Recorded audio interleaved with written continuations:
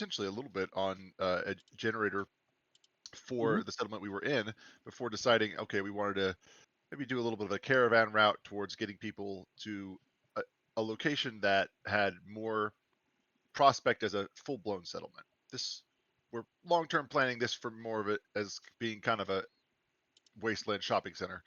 Oh yeah. And then we're going to send everybody to an actual shopping center to be a home, um, which is weird.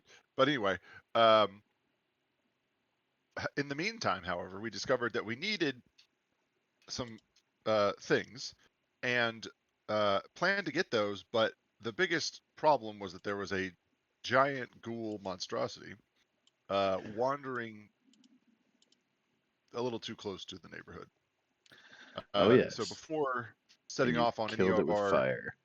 before setting off on any of our adventures, we decided we need to go take care of it. So we went out. We set a beautifully elaborate, perfectly, I mean, just flawlessly set trap. Like it was the best Oh yeah. trap. It was like there Ooh. was nothing wrong with the trap at all. Like it couldn't have Nope. been set more perfectly.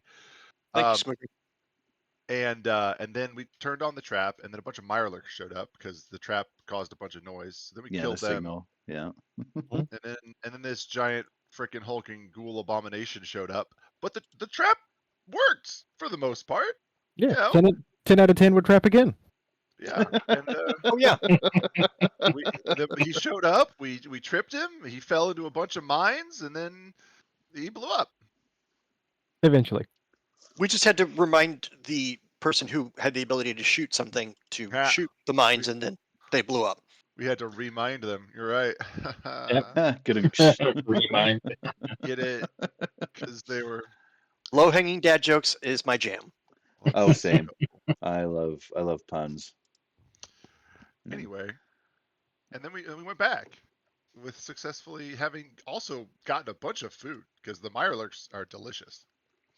Yeah, that was essentially kind of the wrap up, was being able to carve them up, and the Oh, logistics of planning out the trade network and everything was, of course, encouraged to be postponed. So we can definitely dive deeper into that. I have the books open, and in we also made particular, the ourselves. Settlers supplement open to the Settlements chapter. Go ahead, sorry.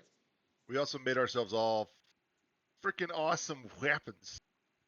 Ah, yes. With the aid of Mr.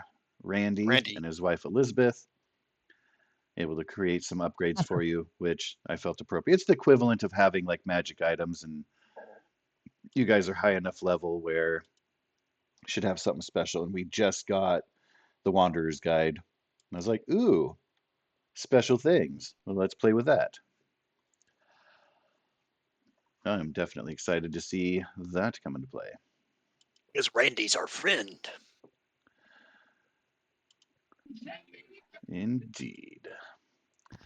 So let's see. Oh, and by the way, too, something that maybe has been we haven't actually looked at it in a while. You guys are welcome to decide which settlement will be your home base. I'm just going to move us over. This is kind of an older page that represents rooms and stuff and people. And this was the Cascadia settlement where this house Right. is located, right? Yeah. Yeah. And so this is something that can be left as is if you guys want to stay there and keep that as your base. If you want to move it, have it relocated, rearranged, etc. If you want to keep Buchanan's office pristine for the hope of his return, etc. I mean, this is still probably the most secure location until we have the new settlement set up. So I don't know if we want to move anything right now. Not yet. Yeah. I might want to get into Dungeon Alchemist and expand it a little bit to accommodate new arrivals and such. We'll get there too.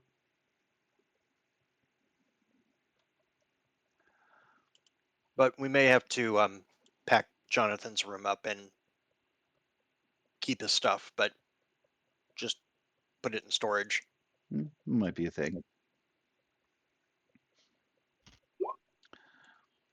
So yeah, we can kind of do like a quick reminder tour of all the buildings when we talk about trade network stuff and get into specifics. But let's go ahead and take us over here to the docks. Oh, those ghouls at the gates will have been cleaned up by now. Pardon me while I delete those tokens. They'll be pushed off into the water, as well they should be. Yeah, that's going to probably burn for a minute over there and be radioactive. Did we get the power station functional? I just think, oh, it was 12 days. We needed to spend 12 days doing it. That was the hiccup to the Oh yeah, entire thing. yeah. There's that's going to take some time, but it is greatly anticipated. And like I right think we now, also they've had like did minor power core. lights and stuff powered by kind of tapping into the city's intermittently working power grid, which is somehow, somewhere still powering. No That is functional. too where the vault under the kingdom gets its main power from. So it has kind of an unlimited supply, as it were. Um, It's very rare for the wasteland.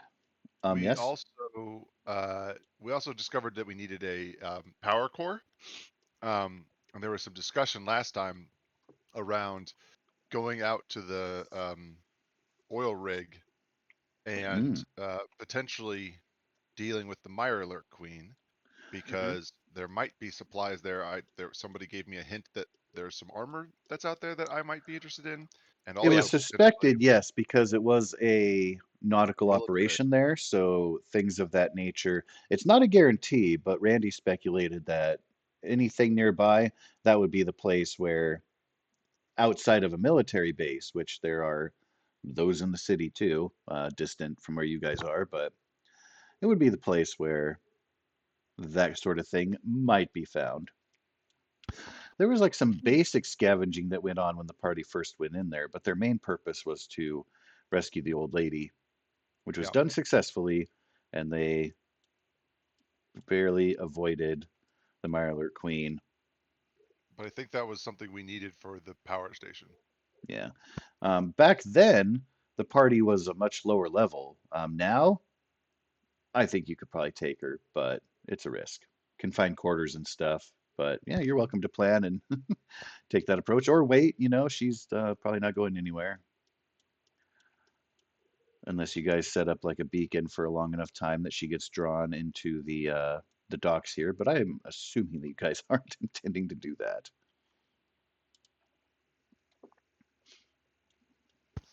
That was part of the kaiju fight discussion. I think we dismissed that. Yeah, at Oh the yeah, moment. and it's I mean, you've taken down a couple already, so I think you might fare all right.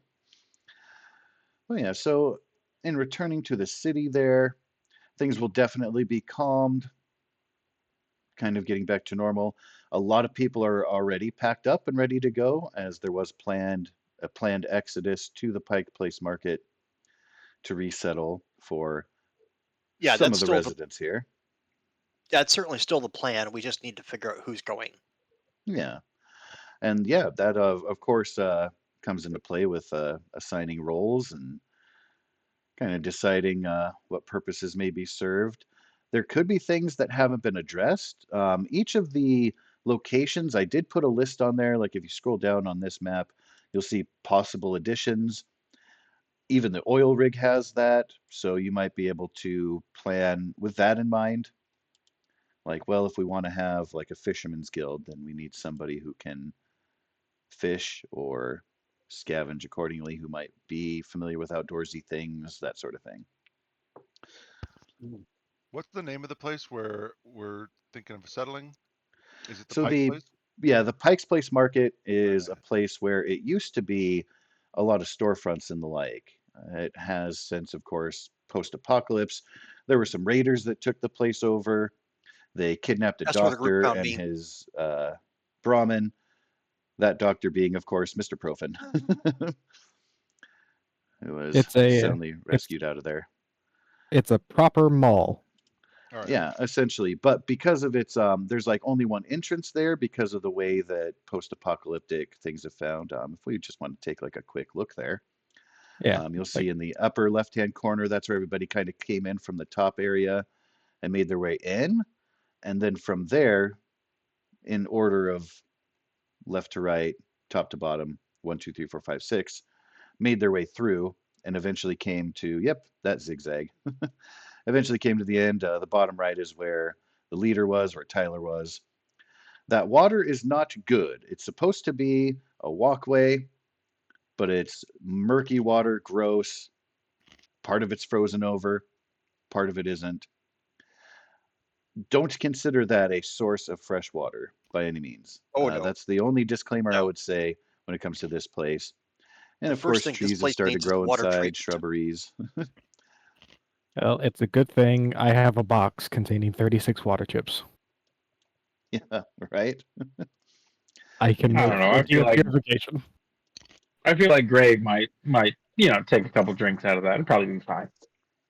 All right. Oh, Well, I, I bet I he don't loves even it. know if I would recommend it for he, but yeah. is Oh everybody dear. approaches you to start moving some folks here? Yes, that For is the Greg, plan. Essentially, is find to my get feet. this set up as a primary residential area. Plans for like a school, stuff like that, have already been discussed. Since the buildings are already there, and we don't need to build little Yeah, half-dash structures, we can move a lot of people, and it'd be secure because of the limited access to it. yeah. No, secure, and then yeah, like you're saying, like each shop essentially can be cleared out and made into a domicile. Whether or not Cool. they keep weird mid-journey language neon signs on is up to you guys.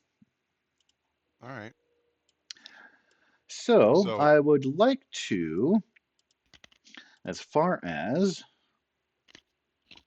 there is an individual who's been kind of keeping an eye on activity, kind of following about a little bit. Mr. Houston, you have observed after defeating a gargantuan mass of ghoul flesh, the set of survivors that you have observed that has really been making a difference in the area. They've proven themselves to be not only formidable in the way of protecting themselves and others, but have also shown compassion and ambition for growth and trade. You've seen them moving around quite a bit. Compassion showed even to super mutants and captives of the hospital district, etc. So you've well observed in secret that these people are potentially a very good source for trade and communication and exchange of resources and the like. Currently, the dock settlement, which is very near to one of the many entrances to the surface from your own home, as it were, you're observing as morning is coming, little break in the clouds, which is rare. Usually it's just kind of perpetual, if not a dusting of snow, just refreshing all the time, but little break of clouds kind of shines a little bit of sunlight here in the morning, as if an ominous omen is drawing you in. But, Mr. Houston, you are outside of the gates with, I presume, your Brahmin. You've been kind of waiting for an opportunity to approach, really kind of gauging if it's all right. You, of course, have discussed with your fellow survivors the pros and cons, and it was communally voted in that based on your observations, you're encouraged to go forth as you will, make those introductions, and join up as you like. But you've yet to approach the settlement. That is your purview right now. All right. Well, Greg Houston, I believe, is going to make his way slowly and out in the open toward the gate, uh, trying to get some people's attention. There is a large watchtower. There are two guards that are always kind of posted up over in that area and looking out. And you can, of course, approach waving arms, perhaps reflecting something off of the light, get their attention from a distance. From their vantage point, they will just see somebody distant who appears to be wearing clothes, waving the arms, or however you are making yourself known. and sweet shades, Uh, etc. yes, I am doing a very friendly wave. Hello up there, friends. Kind fellers in the watchtower. Hello, how are you? You'll be approached by a man who's pretty well armed. Because you're not being aggressive and you're by yourself, they have their weapon ready, but they're not training it on you. Um, they're not convinced you are so much of a threat by yourself. And of course, you present yourself as such. There are lots of people who can hear a skirmish come to his aid. So he pretty confidently strides out, holding his hand up in greeting. And then Hello, he Fran. he stops and he very slowly starts to raise his weapon. And you realize you've seen this reaction before, usually a little bit quicker. It is dawning on him that you are no regular human survivor, but are in fact a ghoul. He looks a little bit shocked because you haven't just charged the place, but you know that they recently have been attacked by a bunch of ghouls of the feral nature, so you're not necessarily surprised. He has yet to be aggressive. You definitely see the Oh, shock registering on his face. yes. Hey. Yes. Hello, friend. I put my hands up and show him. You know, I'm not pointing any weapons at him or anything like that. Hey. I am not one of the feral kind. I am of my own mind. I'm one of the friendly types. Understand? I'm just here to try and make some friends and maybe sell some stuff and maybe buy some stuff and I really hope you don't shoot me, sir. Thank you, thank you. He's still kind of slowly raising his weapon, looking at your greeting between you and your Brahmin. You kind of hesitate. Are you irradiated? Are you a ghoul? Yes, sir. And Yeah, I am. I am of the ghoul nature. Yes, thank you. I know my visage is not the most appealing, but I am. I promise, very friendly, and I mean you no harm. My name is Greg. Greg Houston. It's spelled just like it sounds. It's Hywestin Houston. And I'm really here, to make friends and hopefully trade. Understand? well, listen, Greg, gosh, Well, how are you not it's feral? Greg. Sorry, Greg, Greg, yes, Greg, yes, Greg. yes, yes. How are you not feral? Well, my mama said that if you really put your mind to something that you can do anything you want, and you know what? For these past 200 years, I've been just sort of putting my mind to one thing or another, and I can't really explain it. I've been able to be me. You lived through the war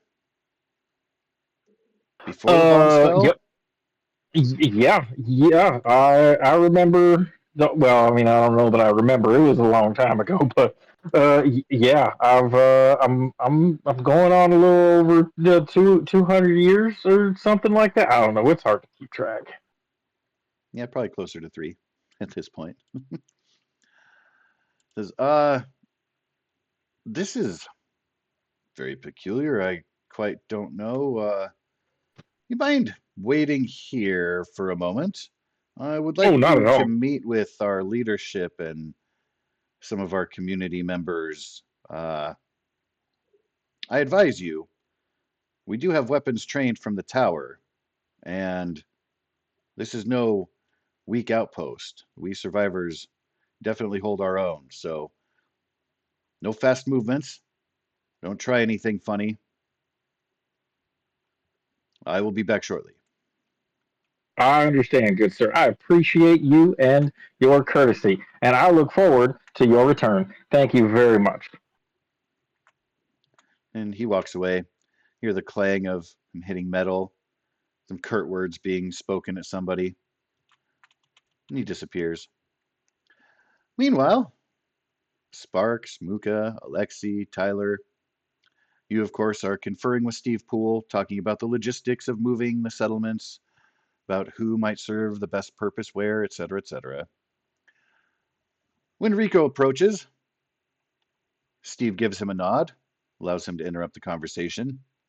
Rico says, yeah, guys, there's a ghoul at the gate, Harold? but he's talking. I ain't never heard or seen a no ghoul that talks, but he's You wearing clothes. He's got a bunch of goods on a Brahmin, kind of like the docks here. I don't know what to do, but he says he's friendly, wants to the maybe trade. doc turns his head. What's his name? He said it was Greg Houston, uh, spelled as it Oh, so it's not sounds. Harold. You see the He doc didn't looking say up like that. he knows another one. You know a ghoul Uh, named I, Harold? yeah, they're not the ones that can talk are very uncommon, but they're out I there. I ain't never seen it, never heard of it. Oh, they mostly live underground. That's why you don't see them. I hope we Yeah, didn't I could kill go any into a long. talkers this over the past couple days. We've been shooting them Probably on not if sight. they're in that group. Yeah, no. Just relax. The Okay, talkers so have probably been around long enough to. They can live a while. he said he's been here. He's been alive since before the bombs dropped, before the war. And he's kind of That pointing technically is back toward the possible. gate. He looks a little bewildered. Like this is really. He's still processing it. You can tell he's not dealing with it too well. Very I'm gonna start making confused. my way toward the gate. Like, all right, I gotta figure this one out. Says, yeah, you guys and Steve, I figured y'all might want to better take a look and greet him. I didn't shoot him because I couldn't tell he was a ghoul till I got up close. If you know him, I'll let you guys take the lead. If he tries something, me and Chad will be ready for it. All right. Okay, And no he problem. briskly goes away. And he shouts over at the front gate, hey, Greg, we got our people are coming. You stay put. It's Greg. He kind of shrugs and continue walks up a rampway, and he's taking up position on the second level of the watchtower, and he has his weapon ready again, not being aggressive but definitely ready for something that might happen. See a bald gentleman walk out wearing looks like a slightly reinforced medical doctor's coat. It's kind of a dark blue, well, bluish. Um, Hi there. You Hi, friend. er, Yes. you don't potentially know Mr. Johnson, do you? Well, I may have come across a Mr. Johnson once or twice, possibly. Yes, sir. One like you. Yeah. Yes, sir. Yes. So out So of you do game, know. Harold would be like you and Harold would be the only two that really venture to the surface to engage with others. And we Uh, definitely know each other. Oh, yes, you've known each other Yes. for a good couple hundred years. You're welcome to Yep. be a little bit, I mean, you don't know these people or how they'll react, so you can take that as you will. But yeah, you definitely Right. do know Harold. You don't have to like him. I was going to say he's a buddy, but I don't want to force that on you. You know who he is, and you know him well. Whether you like him or not is your.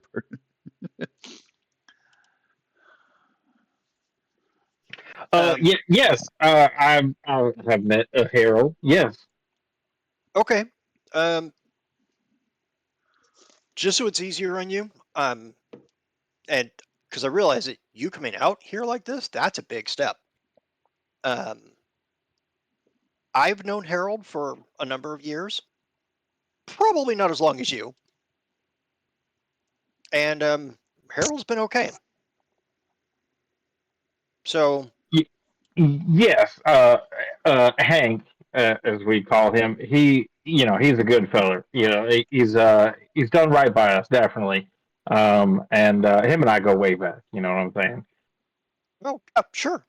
Do you want to get in out of the cold for a second? I can tell everybody that you're going to be okay. If you and Hank are uh, know each other, and the fact you even know that he goes by Hank uh, tells me that at least you're familiar with him, because I wasn't going to bring that part up.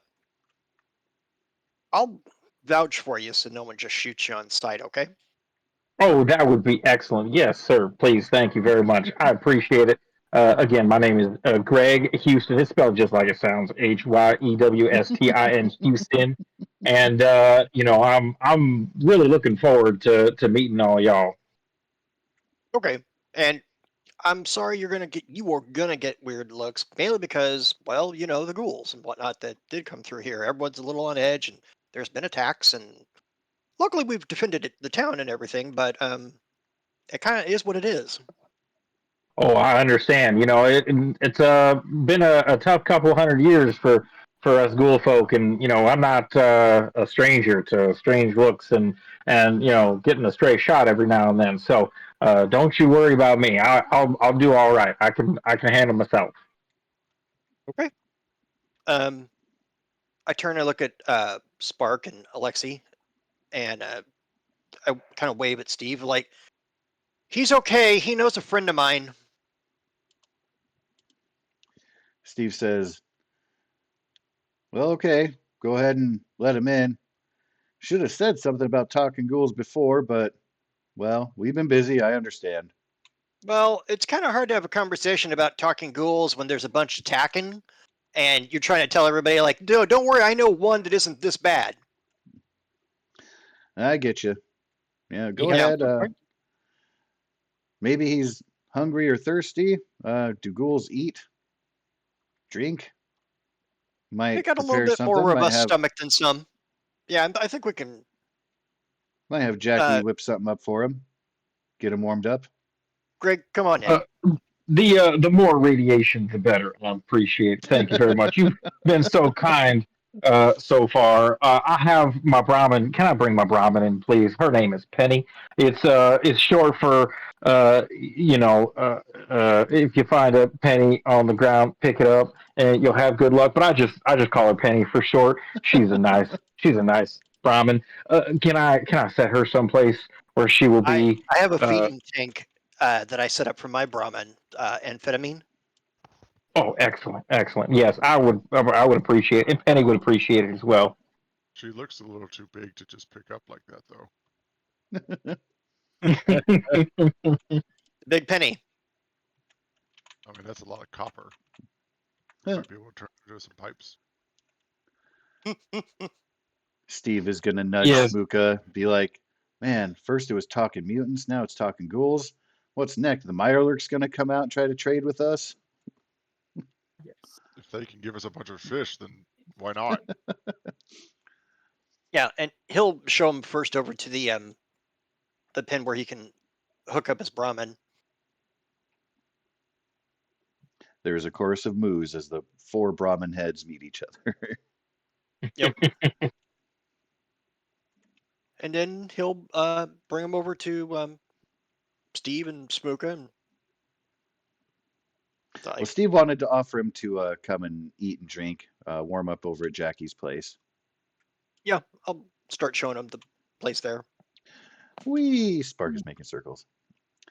And Jackie sees you guys approaching, comes up, and she says, "Oh, guess you were successful with the beast over the what the hell is that?" Oh, And she's hello, staring wide-eyed at ma'am. Greg. My name is Greg Houston. It's spelled just like it sounds, Hywestin, Houston. Yeah, I'm so pleased to make your acquaintance, ma'am. I had heard tale that there would be some food available, and I would greatly appreciate something irradiated, if at all possible. She's looking between Steve and Tyler. It He's talks? legit. Oh no, there's a couple out there that do that. They're not many. Unfortunately, the vast majority of them are what we've been dealing with, but you run across a few that actually got to keep their brain. Yes, there aren't very many of us left. We're very private. We tend to cause a stir wherever we go, so we we keep to ourselves. As well, we don't rightly keep irradiated food as best we can. We try to actually clear that out or cook it out. I don't know if you're fond of maybe something on the raw side, but we just got some Mirelurk meat. It might have something before it's cooked out. I haven't sauteed all of it yet. And she kind of Uh, shrugs. You can tell I she think we still have looks a little some. bit off put. Sorry, go ahead. We do have some radioactive goo, so if he wants like a glaze, we could probably just give it to him, and then he can apply it himself. Yeah, there you That's go. fair. You want some dippy sauce for your Mirelurk nuggets? Yeah, there you go. Yes, that sounds like a feast of champions right there. I do appreciate all of your courtesy. Thank you very much. You'll just need to No eat problem. like 50 feet away from everybody, Yeah, fair. Jackie behind is a still wall. standing, looking confused and shocked, mouth agape. Like, what is going on here? Well, welcome to Tuesday. I didn't mean the name of the town. It was just a joke. I don't even know what day it is. Do we have a name for this town? Because, Tuesday does not sound like a terrible name for a small town. This is the Cascadia settlement. Ah, yes. Okay, good to know. Open only on Tuesdays. Luckily, every day is Tuesday. Yup. And Tuesday is Soil and Green Day. Oh, According to my internal calendar, it is actually Friday. yes, you. Let us change the calendar. Make up our own days. How's your flower doing? Is it back out? Yeah, it's out until you bring out the radioactive goo, and then it goes back in. Oh, yeah. So one thing you will notice right away is that Mr. Handy is incredibly clean and in great condition. No rust, very flexible, very active. The voice modulator, very clear. There's also an individual who hasn't spoken yet, but you can see the glow of a Pip-Boy on his wrist. And the little bit that you've heard and experienced, those are supposedly only worn by vault dwellers, people who managed to live in like underground bunkers before the war, and some of them meet nefarious ends, but some of them end up surviving. You've only heard tales. You've never met a vault dweller before. It's a kind of a mysterious rumor, almost a legend or myth. Well, good sir, that is one mighty fine device that you have there on your wrist. Is that a pit boy? Are you a vault dweller? This is an amazing day for me. I am very excited to meet you, sir. You must have so many tales. Please regale me with a quick tale, if you might. Quick tail. Ireland's back. This is gonna be fun. We got noodles.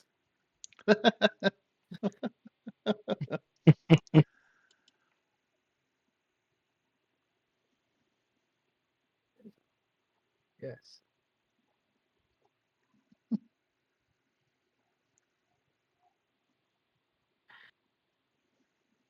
Well, that was enthralling.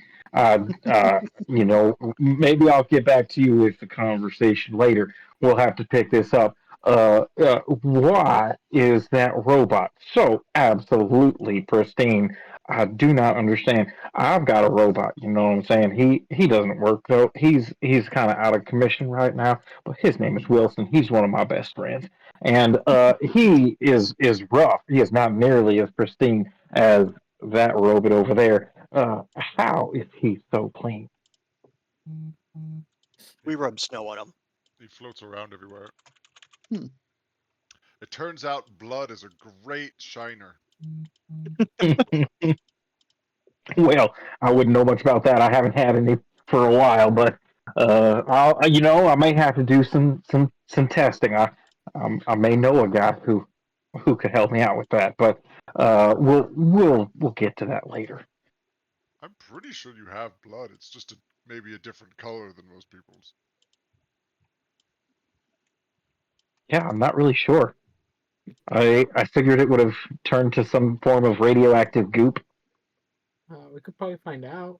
I was about to say we should probably change this topic. Now I'm starting to get curious. Although we have just killed like a ton of ghouls recently, I'm sure we saw if they had blood. Easy, Smoker. Still- Put the still gun in the down. box. It's Smoker, put different. the gun down. Smoker, put the gun down. Not a new friend. He has a laser gun. It doesn't even help. Everything he shoots gets instantly cauterized. That won't stop him. Steve will step forward, say, "Pardon my asking, friend, but where do you hail from? You solo out there? You have friends, other survivors? I think I heard Tyler talking about a herald, Mr. Johnson." Yeah, Hank. He's a good folk. I do know Hank. Hank and I go way back, but I'm not entirely alone. I do wander about, and I like to try and trade here and there. I sometimes get bored sitting around the same place doing the same thing over and over again. So I do like to wander about. I've met a couple interesting folk.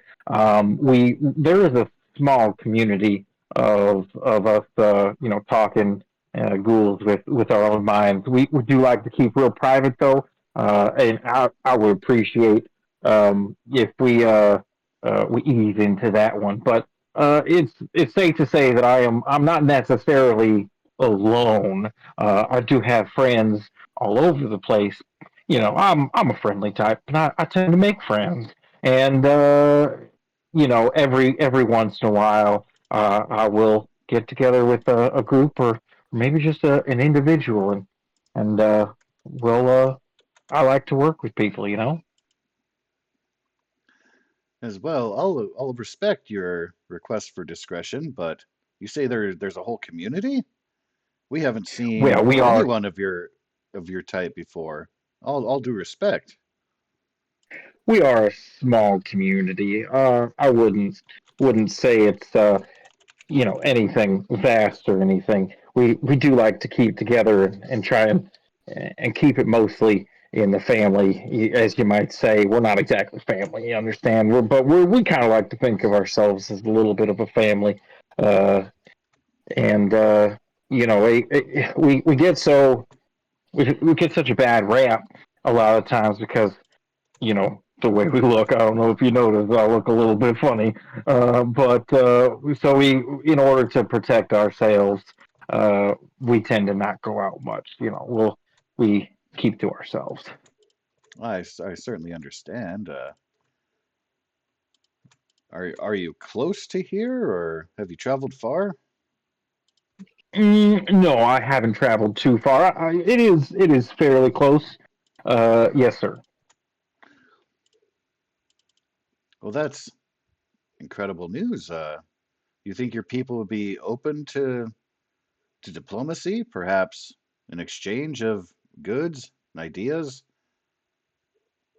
These people Uh, here you know, have I been really expanding and growing the place, really trying to turn life from survival into, well, thriving.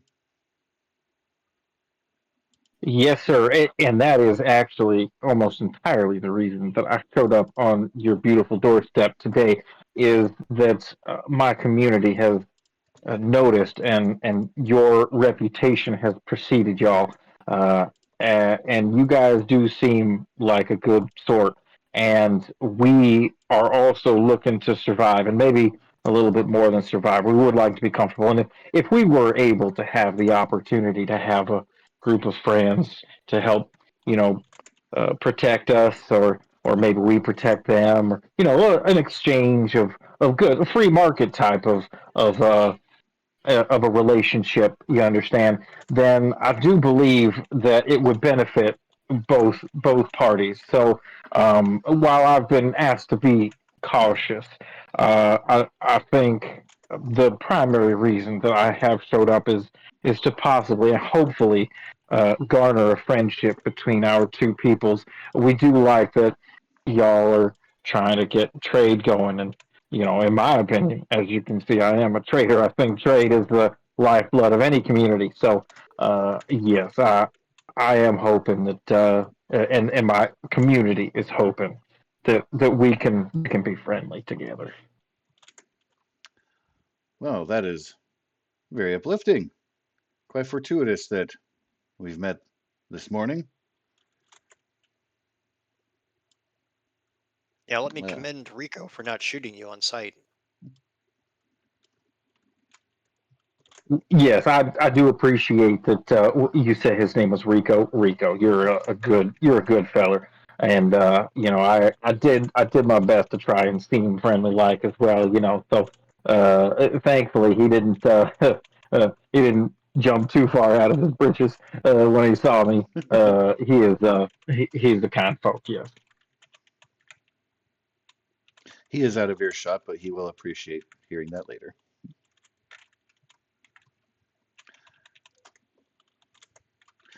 Steve calls over Smooka and says, "Hey, mind bringing up that local map you can bring up on that thing?" Oh, yeah. Click buttons on my thingamajig. Might click the wrong buttons, but eventually I get there. Says, "If you can look here, if you're familiar with the streets and stuff, whereabouts might you be located?" Now, out of game, this will be, of course, your first time seeing this. If we zoom in, that green circle, any green circle, is where the party has cleared out, where they have contacts. That's essentially the extent of the trade network. Each of those little red up arrows that you'll see on the map here, um, Mm-hmm. each one of those is an entrance to the underground.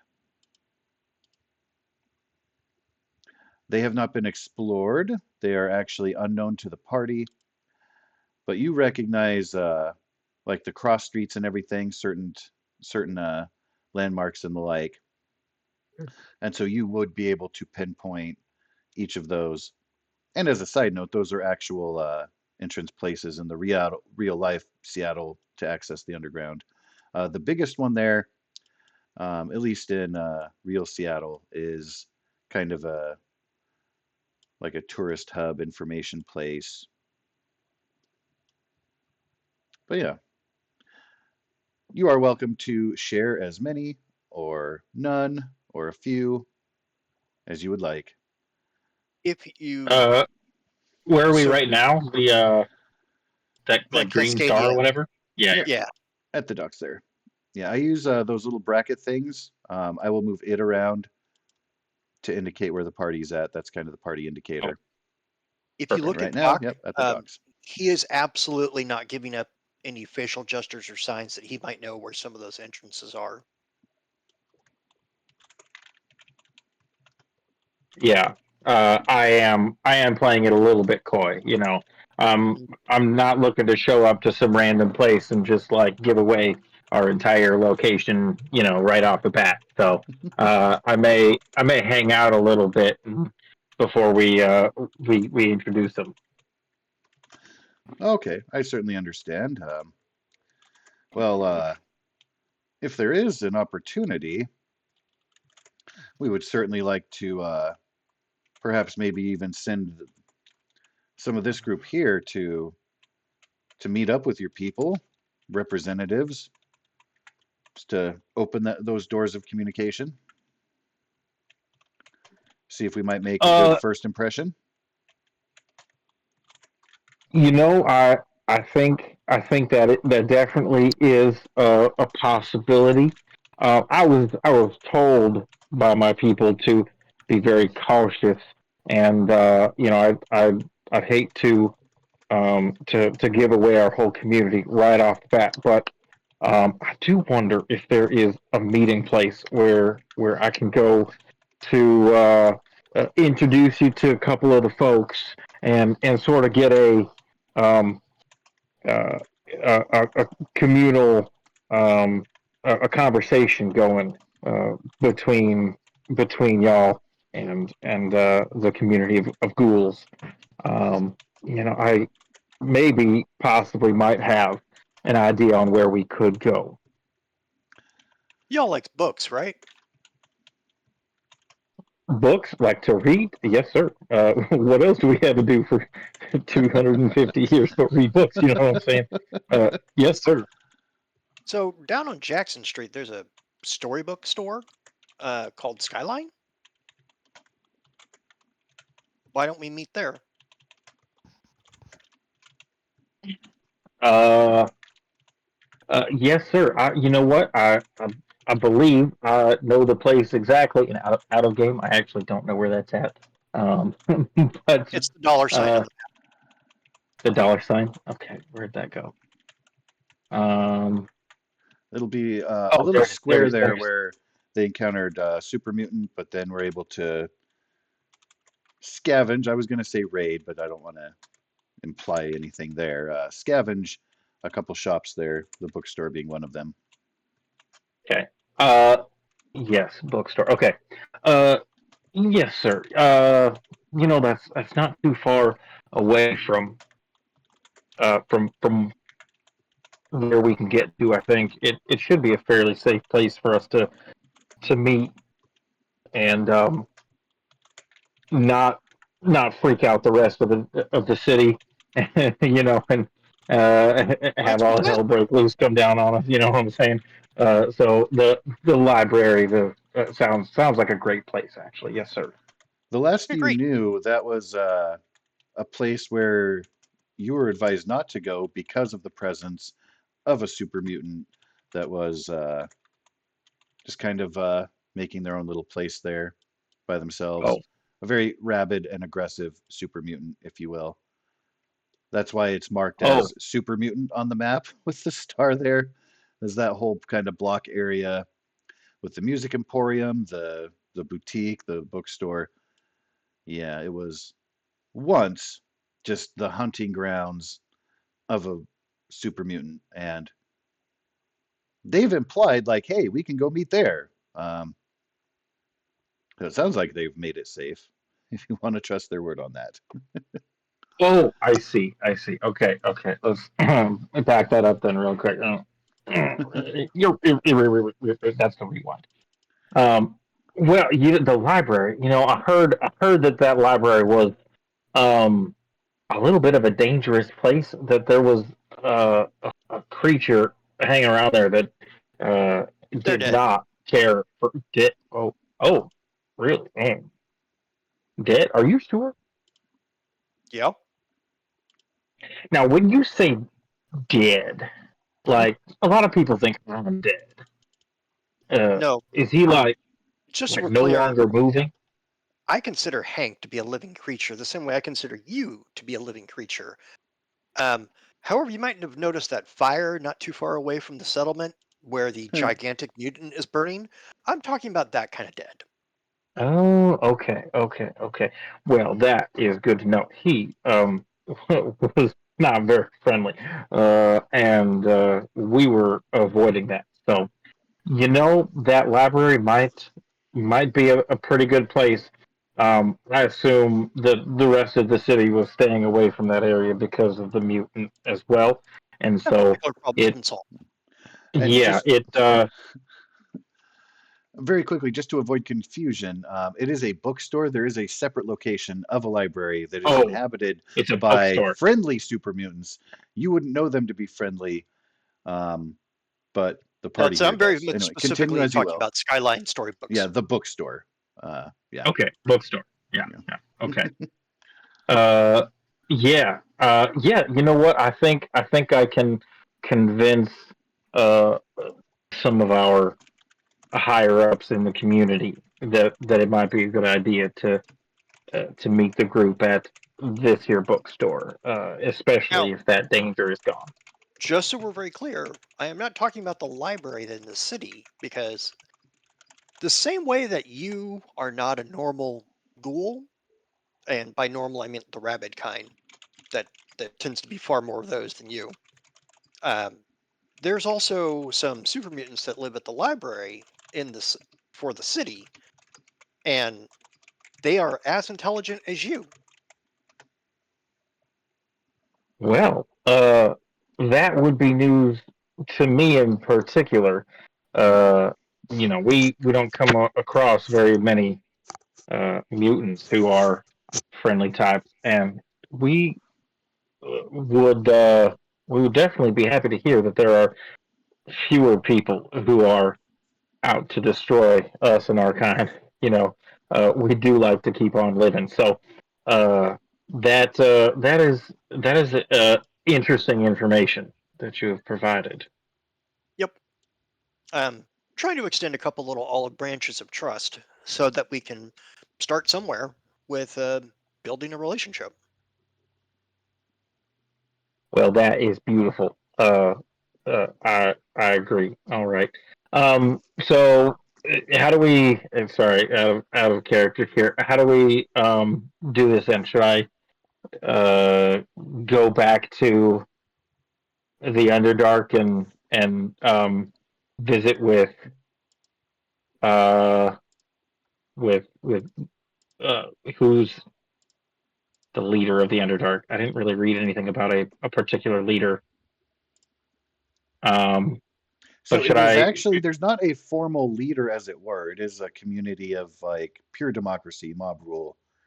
Okay. Everybody there has a vote. There are 20 living residents plus yourself and Harold who aren't on that list who go out and about. But there is a handout among the tons of handouts that there are. There's a Yep. folder called Seattle Underground, and it will Yep. list Yep. all I those read through it. people. Okay, cool. Yep. Yeah, Yep. so I read through it, everybody kind of and has I an was equal just thinking, footing. I didn't remember seeing anybody that was like, president or anything like that. Yeah, and that's Uh, by design. Also, too, okay. you're welcome to play up or not. Most of the community leans into the love of radiation. They believe it provided them with lasting life, the ability to survive in the aftermath. Very parallel and similar to the Children of Adam, if you're familiar with them. Okay. That is a Yep. thing. But you've talked about radiation, but some of them actually worship it. Um, Okay. but Okay. you can leave that out or as much as little as you like. Just a side note. Okay. Cool. So here's what I would recommend we do. Um, I would say head back to your settlement and let them know what's going on. Um, what do you say we meet tomorrow at Skyline Books? Now I realize that for you, you guys still have the ability to tell time for the most part, or at least poke your head out, and take a look at the sun. Um, The rare well, that's times a it good shines through question. the clouds and the snow. The answer is yes, though the Underdark isn't like completely dark. Okay. Um, so if I said noon, high sunish, would that work? Yes, I do believe that I can make that work. I'll have to confer with my compatriots, but I think at this point in time, you have y'all selves a date, and I think you can expect to see us there. Yes, sir. Well, you'll expect to see me as well. Um, and we will definitely keep ourselves in our community for right now. And the reason I'm saying this is that I want to make sure you have ample time to get back to one of the underground entrances. And this is the first time he's ever said the phrase entrances. Uh, because after my um long association with Hank, um, I kind of protected him from people who would not look on your kind kindly, and been very cautious about ever mentioning him as well. Um, I want to make sure you have plenty of time to get to a spot where you can feel safe that no one's following you, and be able to get back to your people with out concerns for them and for yourself that you're being followed or exploited to eliminate a threat. Well, I do appreciate that. That is very kind of you, very considerate, and I think I will be taking full advantage of your hospitality in that matter. And I will, if it's all right with you, I appreciate the food that y'all have provided me, and I will take my leave, and I will go grab Penny and my buddy Wilson, and we can make our way back home to relay this message for y'all. No problem. And one other tidbit in case you guys are interested in joining the trade network at a certain point. Um, I have access to a power armor suit. And this isn't the flex that I think most people would think it is. Um, if we needed to trade in irradiated goods at some point, because I can use irradiated items to help actually make some medicines, um, I could wear that suit and visit or carry said irradiated items to your community without any harm to myself. Well, So, that is excellent. I I think that may be very helpful. I can pass that along uh, to my compatriots, and I do believe that will be very useful. okay. And just so we don't get mistaken, my power armor suit will always be painted white with red hospital symbols on it. So it's very easy to pick me out versus one of the Brotherhood of Steel, God forbid them. Oh, that's excellent. Yes, just like one of the old uh, Ambulance. ambulances. Yep. Yeah, from the old times. That what a callback. That is so clever. You are quite the clever folk. Well, again, I really appreciate all of your hospitality and not shooting me on sight. If you did, I would have understood. But I'm glad to continue having my head and I think that we can work toward making this a very fruitful partnership between your community and mine. Thank you very much. No problem. Tell Hank I said hi, okay? Oh, absolutely, I will. And your name was again No problem. Tyler Profin. Tyler. Awesome, excellent. Thank you very much. Dr. I'll Tin have Man. to. We also I'll call have him to make Roll sure to 20. tell Wilson that name, and he may remind me of it sometime. Sure thing. Tyler. Doc Tyler also Okay. works. Yeah. Okay. So I suppose I make my way back to Penny and Wilson, and I will make my way out of the docks and back to the Underdark. Um, and I'm going to take a bit of a roundabout way. I'm not going to just go to the nearest one. I'm going to sort of make a couple lefts and rights and try to fake people out a little bit just to make sure I'm not being followed. Of Yeah, and course. All conscious, I but will stop over by Rico briefly to say, like, hey, don't send scouts after him. Steve wants to build a relationship with the community. This may be a thing where we could get some additional information. If the Brotherhood of Steel comes and they become an issue, we may need to hide somewhere. There's potential of growth here. Community. There's a whole bunch of them. A whole bunch might be a stretch. I want to say maybe 20 or less. Things sure have gotten weird since them vault dwellers showed up here and you joined up with them. He just shakes his head to himself. I mean, it was either that or leaving me with the Raiders in Pike's Place. Well, of course it was good that they pulled you out of there, but I'm just saying, everything's talking. Things are Yeah, getting change is rough complicated. sometimes. I'm just gonna do my duty up here. Alrighty. He pats his weapon. Okay. duty. I head Duty back. every time. Um, I look at everybody. I'm like, look, I've known about Harold for a long time, and I don't want to get into my horrible backstory of trauma. Um, but Harold was a good person and took care of me for a while, and I don't really want to betray Harold's trust, or Hank, as I like to call him. Um, Hank is his preferred nickname. But if he knows Hank and Hank didn't kill him, then he's okay. So I'm sorry, and please don't ask me about how to get into the underground, because I'm just flat out not going to tell anyone unless it becomes like we need to save the community kind of scenario.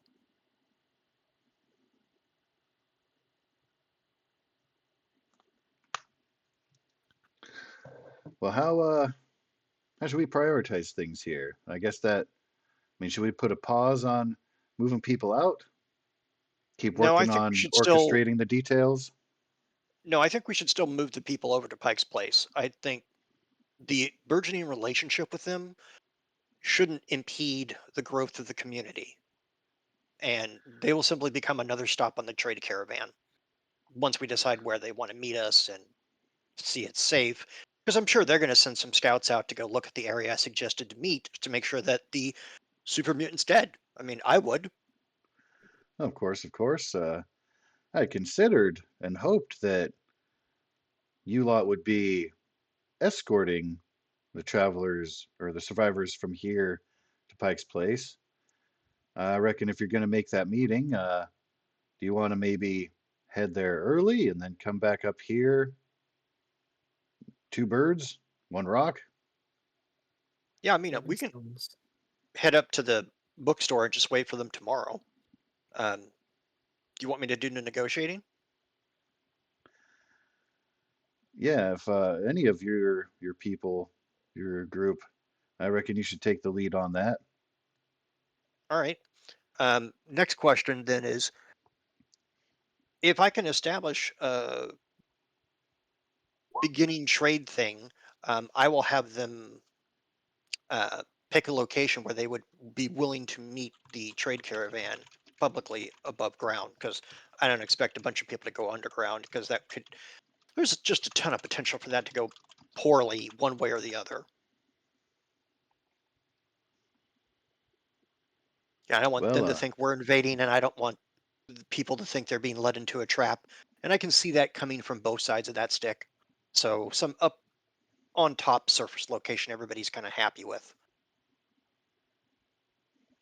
And then the caravan can move on doing its thing, and they can go back underground when they think that the caravan's gone far enough that they won't jeopardize their community.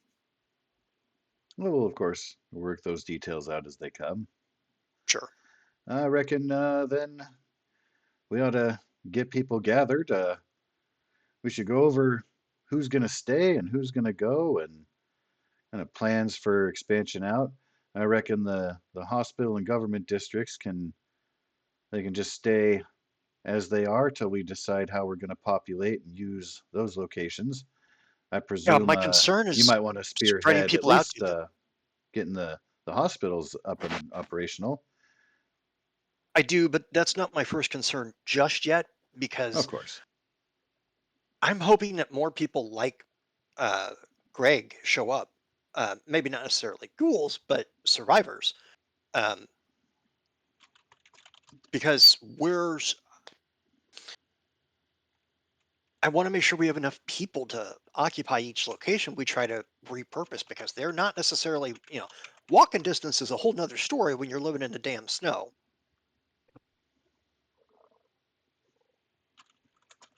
And yeah,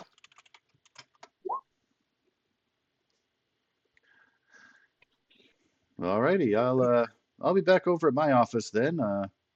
Actually, I've drawn up some of the paperwork and get that coordinated, and then ready for the morning. Reckon we'll get people packed up and ready to go while you guys go out to meet. What do you say, Greg yeah, Houston? Yeah, when you guys yeah. head out to meet him, while you're gone, we'll get ready, and then on your way When we come back back, up, we'll make be the ready to first go. trip. Well, all right. Why don't you folk join me when you can, and we can talk about the distribution of people and labor and efforts. Until then, you know where to find me. All right. He goes sauntering off back toward his office. He's I'd love to essentially say, alluding to you guys, like just going through the survivor roster and figuring all that out. yeah. Um, what I'd like to do with Spark is, and potentially Alexi too, if they're amicable to it, and no one's in need of medical attention at the moment, is work on the power station, because we could knock off another day of the 12 that we need to do. I know we had a few days of it, but I don't remember how many, at getting it fixed, because it was just, for us, it's not an issue of materials, it's an issue of time.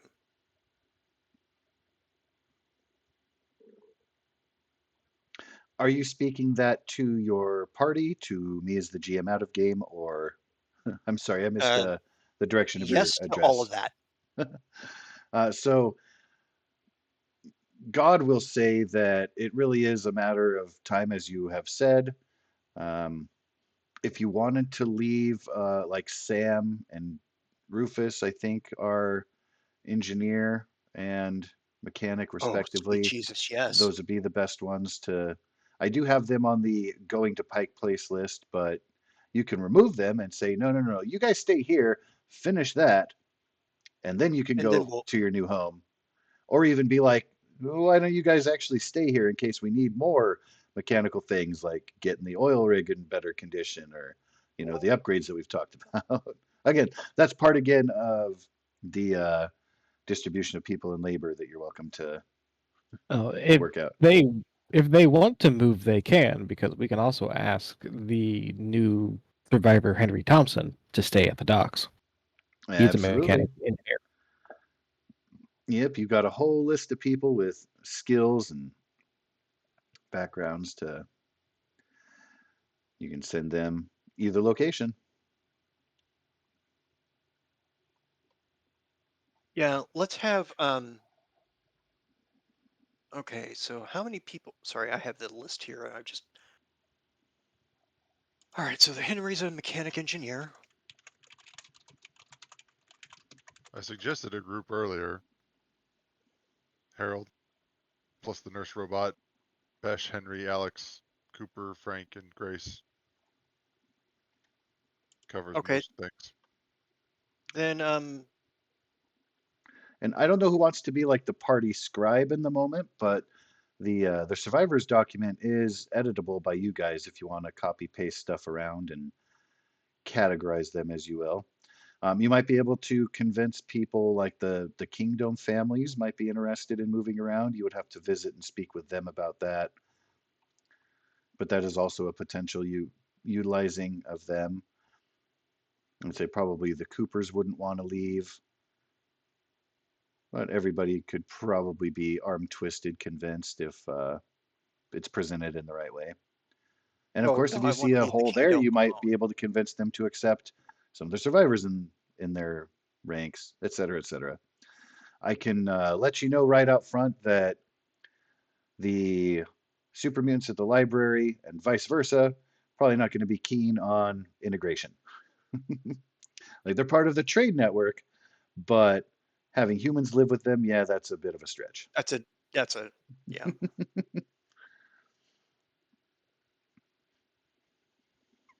All right.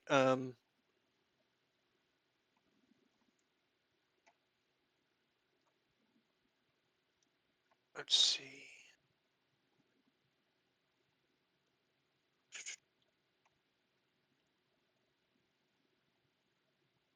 I'm gonna suggest that we send Alex Cooper to, because I like the name option, to the kingdom,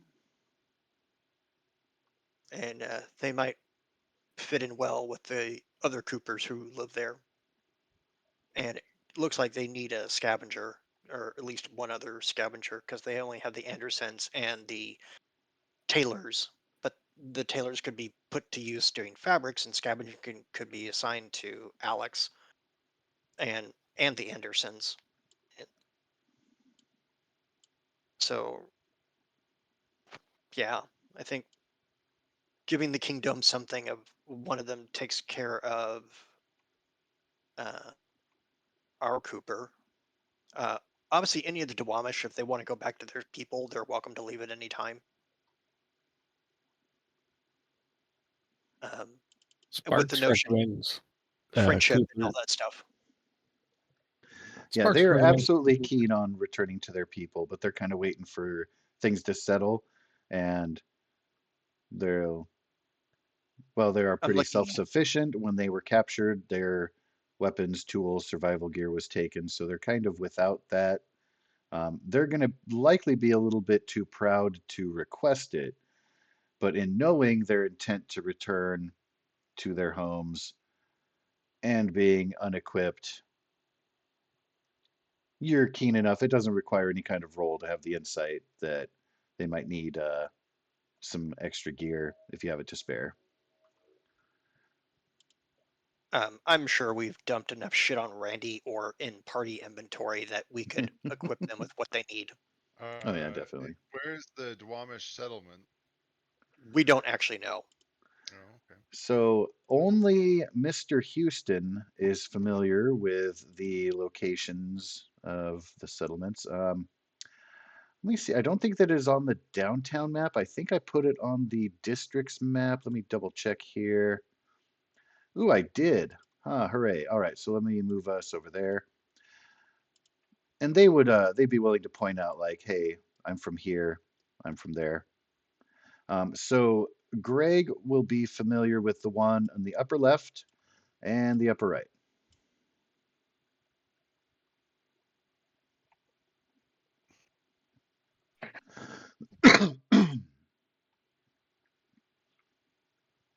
And because I came from the north down this way based on what little I remember of my backstory, the only other place I'm familiar with is what I believe is the Woodland Park Zoo in District 1. You're aware that it exists there. You have no idea what actually is there. I feel like that's a little bit. Let me see if I can make that bigger and Yeah, it stands out more more now. visible. Yeah, just because it looks a little bit tiny and hard to see. Kind of blends in a little bit with all the different wording Yeah, of the same with background. the beacon too, because that is so that was actually something I wanted to follow up with as far as general intent after things are kind of settled with the trade network, and that has worked out. Like it might be more distant than not, but the Vault Dwellers had a very specific task of going to the beacon and getting that activated, turned on, etc., and also exploring the zoo specifically to collect any kind of remaining biological data. It was known to be a zoo. They're hoping that even if there's leftovers and records, kind of a blank hole in what they have in their own. So those are kind of two main points of check out, deal with, do stuff. At least for the Vault Dwellers, that was their original purpose. You guys are welcome to take that ball and run with it or not. I have no problem helping. But yeah, anyway, that segue aside, yes, so the two respective settlements, two of the survivors will be from the upper left one of them will be from the upper right one. I have absolutely no problem equipping them with either party inventory, loose accoutrement, or whatever the case might be, or having Randy set them up because maybe we can get some. We're growing the city at some point once we move outside of really District 12 and 14. Um, that's going to start. We're going to need people. We're going to need to bring people together to. So yeah, Oh, also, too, as a side note, because Greg is familiar with those Duwamish settlements, I have created and made available to you a handout that details those settlements and some of the individuals therein. and most of them are skeptical of outsiders, but you've proven yourself to be an exception to doubt and worry. When you say you, do you mean me, Greg, or do you mean the party? You, Greg, specifically. The party Okay. knows nothing other than what they might be able to get out of the survivors, but they've been very tight-lipped. They're not keen on representing. Some of the party has met a Duwamish survivor. She and Yep. her two-headed wolf have left, along with a couple of, I don't want to say mentally challenged, but less educated individuals, about teenage. They have not been seen since their departure. So you're not even sure like which settlement she was from out of the 4 on the map there.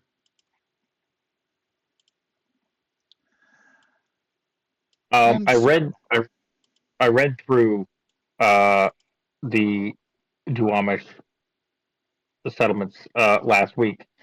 I didn't see anything about or anything specific about any of the 4. Um, are they? Is there anything specific? Like, am I just missing something, or do I yeah, so not there know that? will Is have that not been, established yet? there's like a, in the pre-war folder, there's stuff about the Duwamish tribe and their history and stuff. This handout I just added to the thing today, and that's going to be underneath the Seattle Underground folder Oh, okay, right after that. Yeah, so that's a new one that briefly details the settlements, names of oh, people, their personalities, there we go. goods that are Yeah, okay, produced. Like, yeah, you can dive into that if you like. got it. And before you ask, we'll do our best with the pronunciation of names. I actually used AI for a list of names based on the Duwamish because I don't know personally, and it came up with some very compelling stuff, and so I used that. But I have no idea about the pronunciation, so we'll just do our best. Or use the translation in parentheses.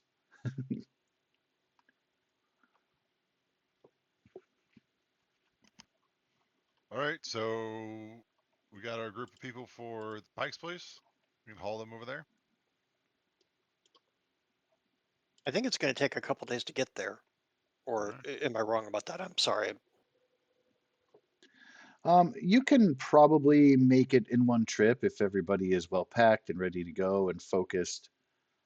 You could get there by nightfall because you have cleared out stuff in between. So you know landmarks, you know that you cleared out. There was a an old restaurant, for example, that had been cleared out of ne'er-do-wells and etc. So the path there, as far as you know, is clear.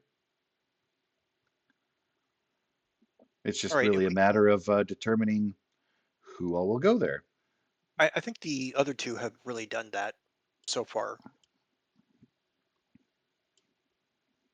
I don't want to hem and haw over this thing because that'll just eat up the entire session. But between Spark and Alexi, I think they've kind of figured it out.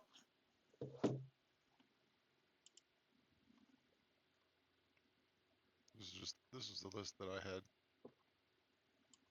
theorized. Paste. Yeah, I scrolled up and I was looking at that.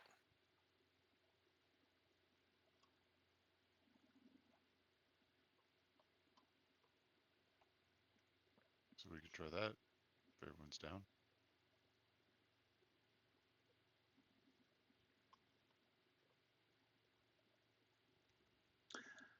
I mean, I'm not against any of this. I All right. just There want to is not a analysis paralysis thing. little bit of like Alice Cooper. It looks like everybody wants to put them somewhere.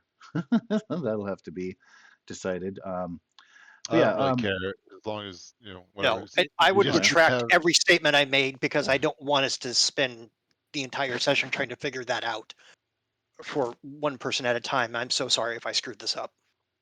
That's all right. That just covers all the bases. If we have all those people go, then we've got kind of one of everybody. all right.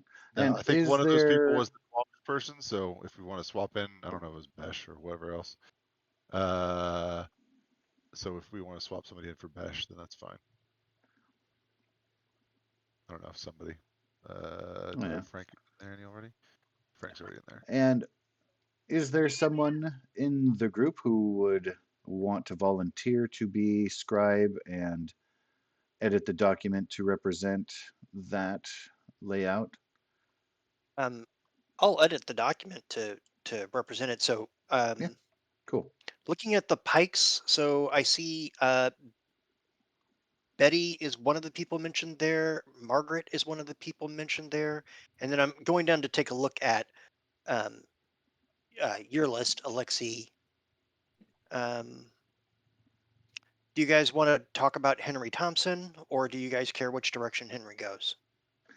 Alexi has proposed that Henry go to Pikes. Okay.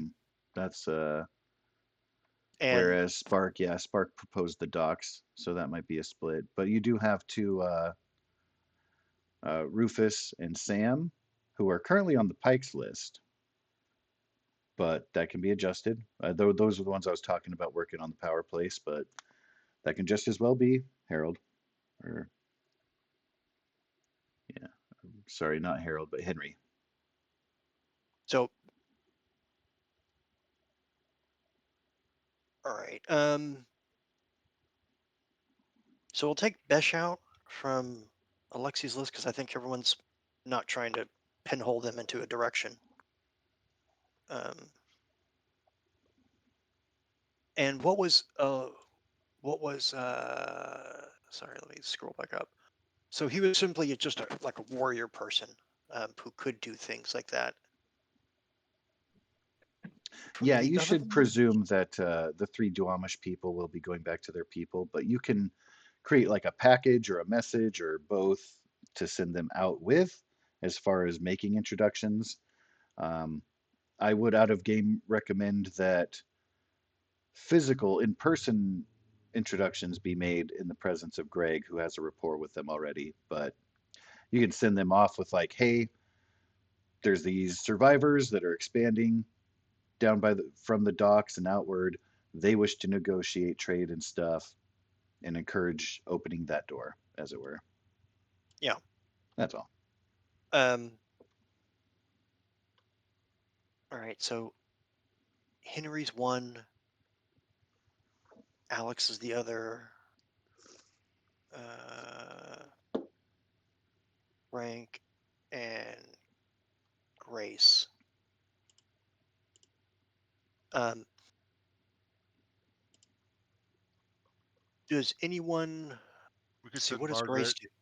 since she's good with shooting instead Yeah, of marksman Besh. instead of Besh. Yeah, that's fine. All That right, gives so us. Margaret on Sparks' list is already headed to Pikes. That's where these And people are going anyway. we could keep Henry and then send Rufus, I suppose, or the other one. I forgot what his name was. I'm sorry. Rufus just stuck in my head because of Bill and Ted's Excellent Adventure. Rufus.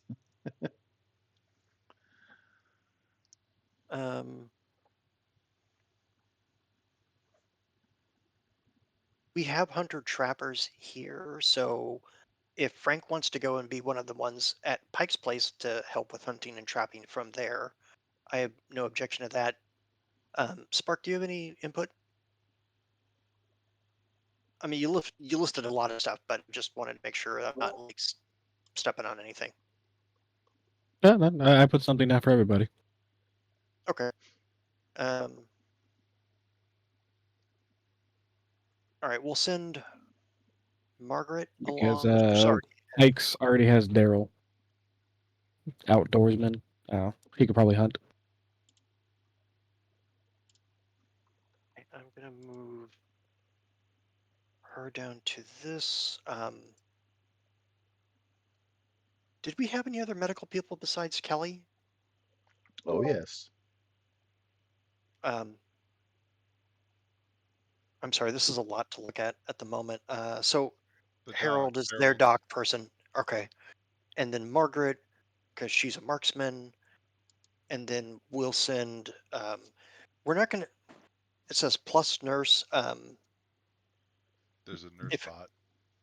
Oh, the nurse bot. You guys have not yet reactivated it, but yes, good catch. Okay. Maybe we can spend today working on the nurse bot to get it active for them. Sure, if I kick it a bit and like move the antennas around, I could get it to go. Right. Heck yeah. Put it on strings. That's crazy.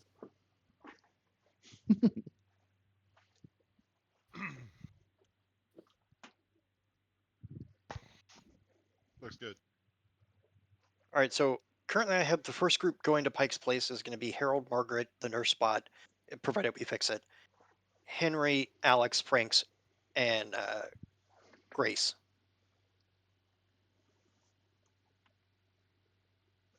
That actually splits up a lot of people pretty good, and certainly doesn't diminish the Cascadia settlement at all to do so.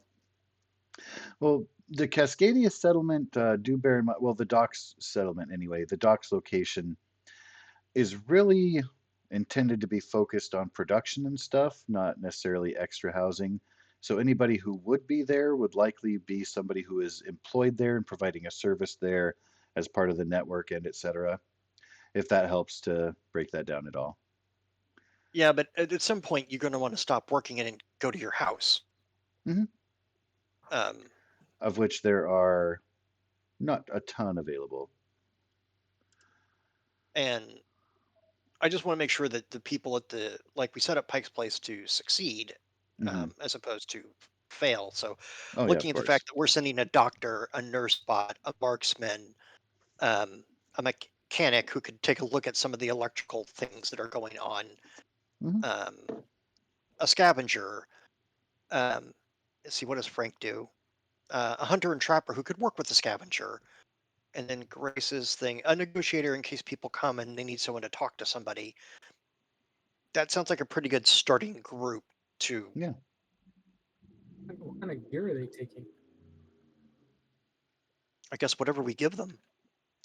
They'll have their own possessions, so everybody will be armed with something basic. They'll probably have a machete because you guys have picked up a ton of those. And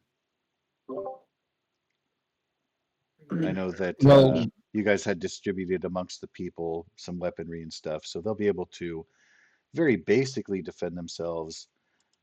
And of course, their own personal possessions they'll have. So really, it's if you want to have like a general inventory for the settlement overall, that would be probably what you would want to lean to answer that question. Okay, okay. Now I was wondering if I should maybe make them before they leave some frag mines, so I could set up like a fallback plan in case they have to like run away. Oh yeah.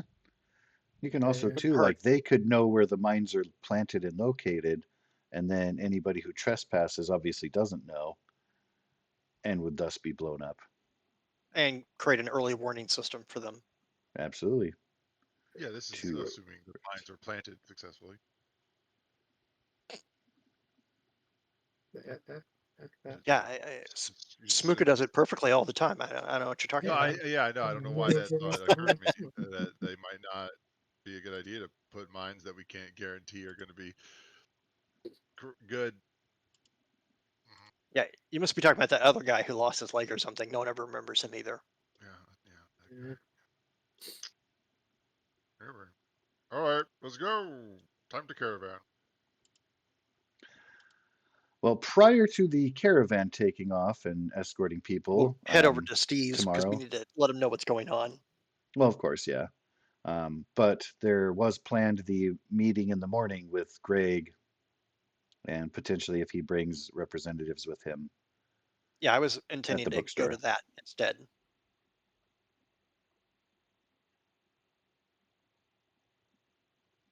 Out of all the people, if I could take like one or two people with me, um,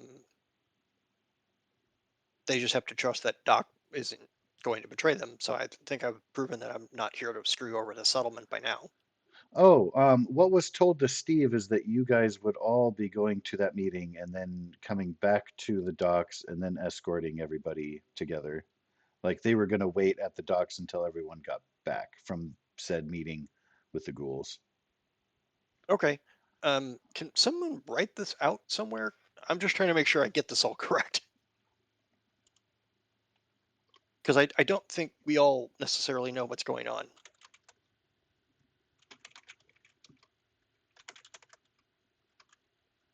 All right.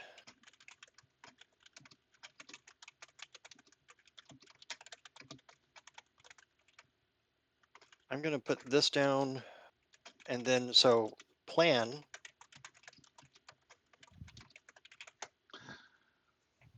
Thank you, whoever posted whatever it is you're posting. Your God is benevolent. Okay. Then finalize the roster, which I posted in the campaign chat for Fallout, which I think we have at this point. And then rather than working on the power station, I'm obviously going to have to work on the nurse spot with whoever wants to help, like Spark or Alexi, or try and get that done so that we can send a functional nurse spot to go with them. And so was that updated on the handout, the survivors one? No, I was trying not to update anything until we had it set. But if that's it and no one has any objections, then I will update. I'll find wherever Pike's Place is located, and I'll change that because Steve wouldn't be leaving just yet. And Oh, Steve is ready to go with the first party because he's going oh, to be the Steve is going leader to over go with there. the first party. Oh, Okay, yes, sir. then I'm going to move everybody around below him except for the kids, because we can send the kids as well. That's totally fine. Yeah, so unless you guys change assignments of like Rufus and Carrie and Sam and Daryl, um, well, I think that Carrie is and the old lady were going to go, the kids are going to go, Steve's going to Yeah, go, the old lady and the and then kids can whoever go. else you Hold on. guys add. I'm going to paste this. Yeah, and if Sam was going to go be not Steve was going to go be leader of Pikes, then I was thinking Grace takes over Docks, since Docks is going to be trade hub. And she has negotiation. That's actually not a bad plan. Does anyone object to Grace being the dock leader? No, Because makes she's sense. got no problem. All right, cool. All right, then I'm gonna edit that for leader Cool. is Grace, and I'm just putting down Grace. I know she has a longer name. I'm sorry. No, that's all right. Yeah, we all know. There's only Grace one colon Grace. unassigned. I'll find Grace in here. Grace Grit Thompson. There she is. And let me just X that out. Put that up on the leader part. So while that is being updated and edited, everyone will have the opportunity, of course, to do any kind of preparations overnight before the morning, before everything is set into motion, before everybody heads out. Gerald, Margaret. Does anyone have anything specific that they wish to do or accomplish, etc.? I need to work on apparently the nurse bot thing. Indeed, repairing the nurse bot and getting her activated was part of the to-do list.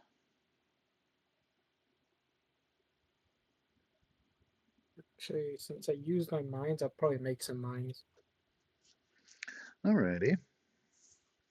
So for the nurse bot, that'll take some repair checks and components. For the mines, similar but explosives rather than repair, of course.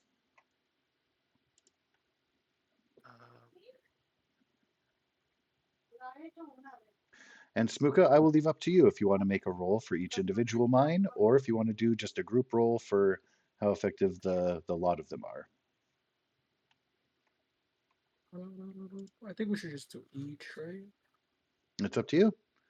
Yeah, I'll make 4. You could do a bulk production, or you could do, yeah, see how each one turns out.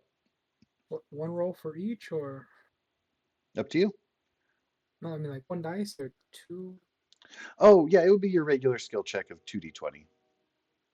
2d20. Okay. And then you're looking for 2 successes for an explosive. Okay. And you're welcome to utilize, let's see, how many action points did the party have? Had that stored back. So I'm showing 2. Yeah, because I At think we least went that through a is lot of on stuff the on the map last there. fight. Yeah. And So yeah. it's perception explosives or Okay, I have list of survivors updated for uh, Docks, Pike's Place, and then there's the unassigned list. I'm gonna move down and make another section for going home for the 3 Dwamish, Okay, cool, so we cool. don't tackle them in that regard. Sorry, had a hiccup. It was making it difficult to talk. Alrighty. So yeah, and perception definitely for the creation there, base skill. sounds good. Sounds good.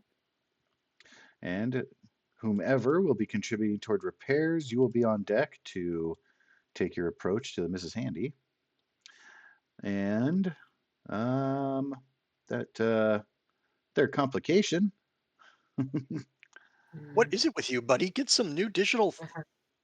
Maybe Don't contribute know. to a recap so you get inspiration. Roll 1d20. Okay, I'm gonna use a luck point here. Absolutely. Roll Luck your way out of that. 1d20. Let's go. Dude, Awesome. So you turned a complication into 2 bonus action points. good for you, And it sir. looks like 1 was spent for the extra dice there. Yeah. So that'll bring your total up to 3. Alright, I'm let's going do to go that grab again. that tracker so that it's easier to track, obviously. Thanks. Do. I hate that the right click menu scrolls up in this. They fixed it with the jump gate, but I'm not ready to switch over yet. Oh no, not with the type of sheet we use. All right. 3 action All right, points total. list of survivors should be updated Okay. completely at this point. Cool. 2 luck Excelente. points there.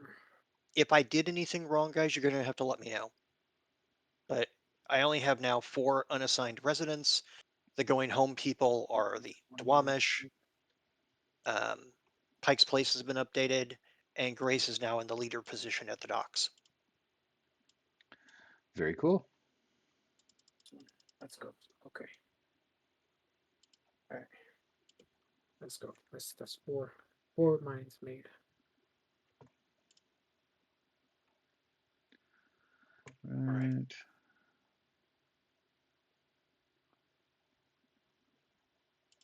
All right, so for The only edit that I would recommend, oh yeah, the let me only singular one, would be Carrie would want to accompany the old lady. She's kind of become a caretaker. She's also been primary looking after the kids. got it. I Yeah. personally have no objection. Does anyone else have an objection with Carrie going to Pike's Place?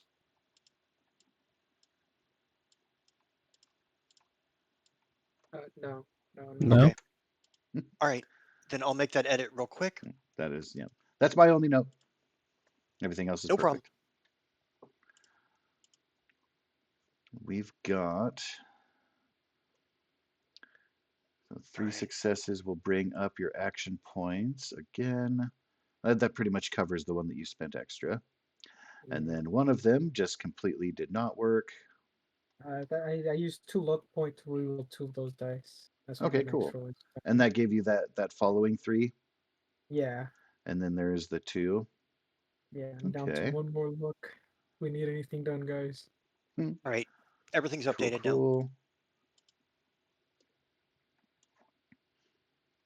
Yeah, and that extra success pays for the extra dice and following. Okay, so that I believe keeps you even at 3 action points left, which can be utilized by anybody who's contributing to the repair efforts of the Mrs. Handy.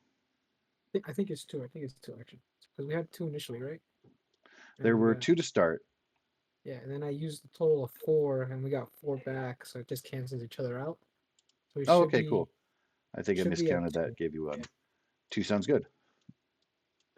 Good looking out, sir. Uh, I have science if that's needed for the robot. Otherwise, I'm going to be cooking drugs. I have a science of I 4. would I'm not encourage you to horrible at it. do the drug cooking. Essentially, it is repair specifically to I get have that Mrs. repair as Handy well. up. I'm not bad at either of those. All right. I know Then that Spark is pretty awesome at repair. can Yeah, I think I he exceeds me. can I I do have take repair 6. materials from the junk and use it? Like, does it count as more uncommon? 'Cause we actually have a fair amount of rare materials, but we don't have very much uncommon material. So I'm wondering if I could like use rares for like a multiplicative amount of uncommon. Oh, yeah. If you split it down, I would say equivalency, it would be a 2-to-1 ratio. So one rare is worth 2 uncommons. 2 uncommons. All Yeah, right. for the sake of making it quick for you. All right. Because That's each great. of like the junk items does have a breakdown for specific components and stuff. Like duct tape turns into one adhesive and. Yep. But for the sake So of things, yeah, we that can lost just one be. of our rare materials to the radioactive chicken nuggies from earlier. I'll use the other 2 radioactive ones to make 4 uncommons, which I can then turn into drugs. Good plan. So for the final 4 unassigned residents, Betty Johnson could be a cook at the new Pike's Place. I'm still kind of hooked up with Spark on the idea of sending Evelyn to the Kingdom because being an herbalist, she could help with the production of medicine. Hmm. And I really then, like that idea. They do have some spare beds there too. perfect. She'll fit in good because there's a lot of herbalist type people there, so Hmm. they could talk shop and create friendships. Absolutely. And Walter, I'd like to keep the same thing. Walter and Slick could stay at the docks to help with. Walter, I think, could teach Slick about scavenging, and Slick could teach Walter about uh, how to steal stuff if necessary. When you're a scavenger, I'm sure it comes up. And lockpicking, not horrible skills to have as a scavenger and a thief together. They would make Gotta quite get a in those pair. lock safes. I'm sorry? Gotta get in those wall safes. Yeah, Yep. things happen. One thing about So Fallout, there's a lot of fucking wall safes for some reason. I Right. think I'll move the last 4 residents to that in case anyone has an objection. I think that looks good. Okay. Side note, what really annoys the hell out of me in playing Fallout is when I come across a toolbox or something that is locked, that is super annoying because I've never once come across a locker that is locked. And it bugs the hell out of me because sometimes I'm just running through and like, yes, I'm just gonna like quick collect stuff and then I'll go through it later or stop when my inventory is full. And it's really annoying to have to stop on something where the lock picking thing comes up and I'm like, ugh, whoever designed this level is an asshole for making so many locked like just basic toolboxes or med kits and stuff. Like why are you locking these? And never once a locker, never once. Rant over. Who would like to be? um, so we'll get to the drugs after the repair. Who will be contributing toward If restoring Spark Miss wants to Handy? make the repair because he has the best chance, I would like to assist. I And as like long as that. he gets 1 success, then I can contribute with stuff.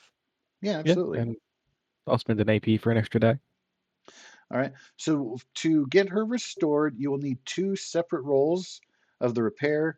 Each will have a difficulty 2.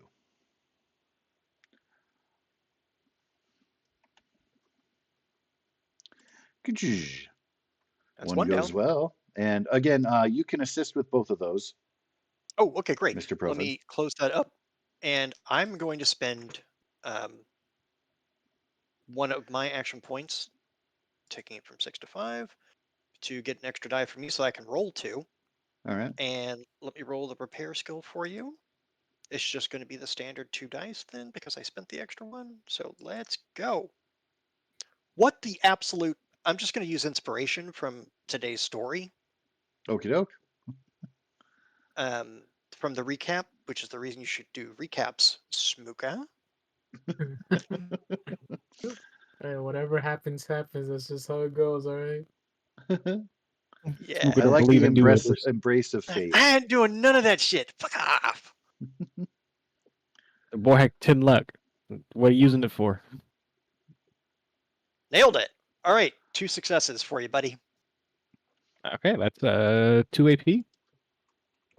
Kajij. Party AP is up to 3.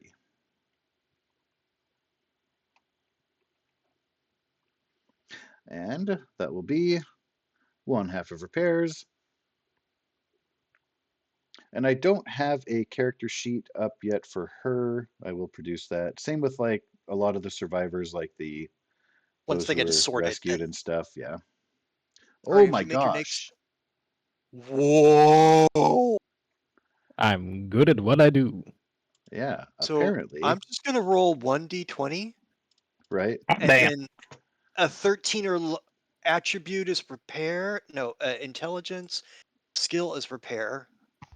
Spark, you didn't just fix that Ah. robot. You made that robot your wife. I think that was the intent. 7 Okay, successes. so that means that the party pool is going to be maxed out at 6. You'll have 1 lingering AP. I'll take it. Just throw it back into the box or take it yourself. Whatever. I don't care. We clearly did our job. Oh yeah. She will be fully restored. Um, if you wanted to go further, and this isn't going to require any rolls or anything, right now she does look very ragged and rusty and stuff, but you've got her to full functionality. If you want to aesthetically design her so that Please, can she's I? like medical colored or whatever, you're welcome to do Yeah, I so. want to paint her like white with Like your like armor. red plus sign. Yeah, just like that. I thought I you will. might. I'll draw you a picture. It'll be ready Cool. by next session. I want her to Excelente. have a sexy nursing outfit on a robot. I can give her an apron. I can't promise it'll be sexy, but you do No, you. a sexy Halloween costume of a nurse just wrapped around the handy pot. Strewn upon a robot. Yep. Oh, It's like Oh I my couldn't lord. find real medical stuff, but there was this Spirit Halloween store. So that's like they're Oh, everywhere. also oh, too, yeah, because I before I forget, um, Spark had requested in the conversation with Kelly, because there was like a little side oh chat yeah, the going Pit on Boy. with interaction with Kelly and stuff. Who will be taking that Pip Boy? Is that I personally for would like it. Alexi or Tyler or even Greg when you meet up with him I again? can wear 2. Or Smooka can wear 2? If no one has an objection, I would like it, but I'm also fine with uh letting someone else have it. Remember, it's not only is it good for just general tools that Pip-Boy do, but free VATs. Yeah, I was gonna Free grab one vets. from It's like when I double traveled to vets, guys. the dome, the vault dome, because that's where I'm gonna get all my stuff for my drugs, and I figure that they'll have somebody that doesn't need to use it. Oh, give it to Alexi then. I'm fine with that. All right. Cool, cool. Alexi, you may add to your inventory. You should be able to drag and drop that from the compendium. And what the VATs will do is you no longer have to spend extra for called shots. Like Is the it difficulty clothing? doesn't go up. You essentially free called shots on your targets, amongst the other cool stuff that Pip Boys do, which everybody who plays Fallout is hopefully familiar with that. Only gonna be punching people in the face from now on. Hey, there you go. Face smash. All right, so with that having been All right. established, we've got Miss Nurse Handy looking well. Alexi, you expressed an interest in creating some drugs. Hold on, let me find this Pip Boy. Of course. I'm editing the list to finish the last of the Pip people. Oh, Boy added. there we go. All right. So, Yes. I did have a question. I was looking through the drugs, I didn't see a formula for creating buff out. I have buff Jet. I have buff Tats. I think that Yeah. might have been an oversight on their part to not have buff out on there. There's Psycho Buff, Yeah, I mean, there's not everything regular else, old. but Yeah, like it just literally regular has ass buff everything else out. except for that. Let me check and see if maybe they slipped it into the Wanderer's Guide. It's a Was possibility, I I've been guess. looking Let me for have a it. look there. Seen it. I think it's because you can't craft it in game. Yeah. Wait, what? Yeah. You can't? No, I You just can only make mixtures, if I remember correctly. That might be a thing, lore based. I know there was actually, I don't know if it's buff out or if it's another one, but there's a drug that was created after the war, but then you can find that drug in places that have been locked before then. So that creates like it's one of those rare I thought that was XL or something. maybe. All right. Well, if I can't I don't create it, remember then which I'll one it's create talking. Jet. Go through the Okay. class. I'll just create 10,000 units of Jet to sell for cash. Side note for Greg, there is a whole section of irradiated food in the Wanderer's Guide, if you're into that sort of thing. I will. I'll peruse it. Yes. All And right. then more stuff for the regular cooking station. That goes into household items. That is salvage. Common materials and uncommon Medical materials. All right. equipment. Nope, that's physical stuff, not. Science. Yeah, it looks like the only thing they added for the chemistry station was syringer ammo from the Cazadors. Ta-da! I have 3 successes.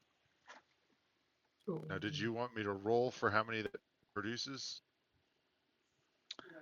Yeah, we can do a quick roll. That's how we did As it last time. It far was a D4 as or a D6 or something? let's go ahead with a D6, or no, because if you're gonna be working on this all night, kind of doing assembly, I'll let you roll a D8 with a minimum of 3. Cool. Oh, God. Oh gosh, I have so much well Jet for you. focused. Well, because everybody else was definitely spending a lot of time. Like the Miss Handy, like that wasn't just a few screwdriver pulls. Like she had to be disassembled mostly and reassembled and get that working. Smuka with the mines wants to take the time, I hope, to make sure that they work properly. Like that's not something you rush. So all the time All right. available, certainly to get that knocked out. Well, that only took only took 1 uncommon material and 2 common materials to make 8 Jet. So Oh, it continue. would be, Yay it us. would still use the materials per each one. Oh, we don't have enough then. I bet you do. no. The We only had 8 party uncommon. inventory has tons of We had 8 uncommons and material. 23 common. So that would be all of the uncommon and 16 of the common. I don't know if we want to do that, If but I there don't aren't have a any problem with it. objections. Plus, two, I mean, like I personally you don't. guys can always scavenge junk out to get more stuff. So All right, we have no more uncommon, and we're down to 7 If common, and we have a crap load of Jet. if all right, you took the materials, please edit the sheet. I am doing so. Thank you, sir. perfect. And then yeah, you guys can. With that being, if you want to prioritize scavenging base materials, you can also break down stuff like the junk items have recipes, at least from the Wanderer's Guide. Like they have a whole bunch of We may actually need to specific go out and do a items scavenging from run soon. scavenging and junk. Oh yeah, that's a thing. Yeah, it's annoying when you're like trying to build stuff or cook stuff or craft stuff, and then you run out of something. You're like, so I just have to go find a random house, try to find like a telephone or a globe or something, bring it Something back with a and break it circuit board that I can down. God damn repurpose. it! Yeah, it is in fact a thing. That is from the Cascadia Dock Settlement. That is what Page? I was talking about. Yeah, I was like, I thought you guys had like a ton of extra Yeah, materials that's the stuff that we've hadn't yet donated to been the settlement. Oh, utilized. okay. And Yeah. he was deliberately touching just party inventory so we didn't screw with the settlement stuff at the moment, which is what That's I okay, and guess that's the plan fair. was. You guys are welcome to take out of the settlement stockpile. I wouldn't recommend all of it because then you'll be weighed down, over encumbered, and can't sprint. But yeah, take some of it I, if you need to restore, I can refresh a carry little all of that. I'd be fine. bit. As he's sitting there putting a needle into his neck, no, we're good, we're good. I feel fine. Mm.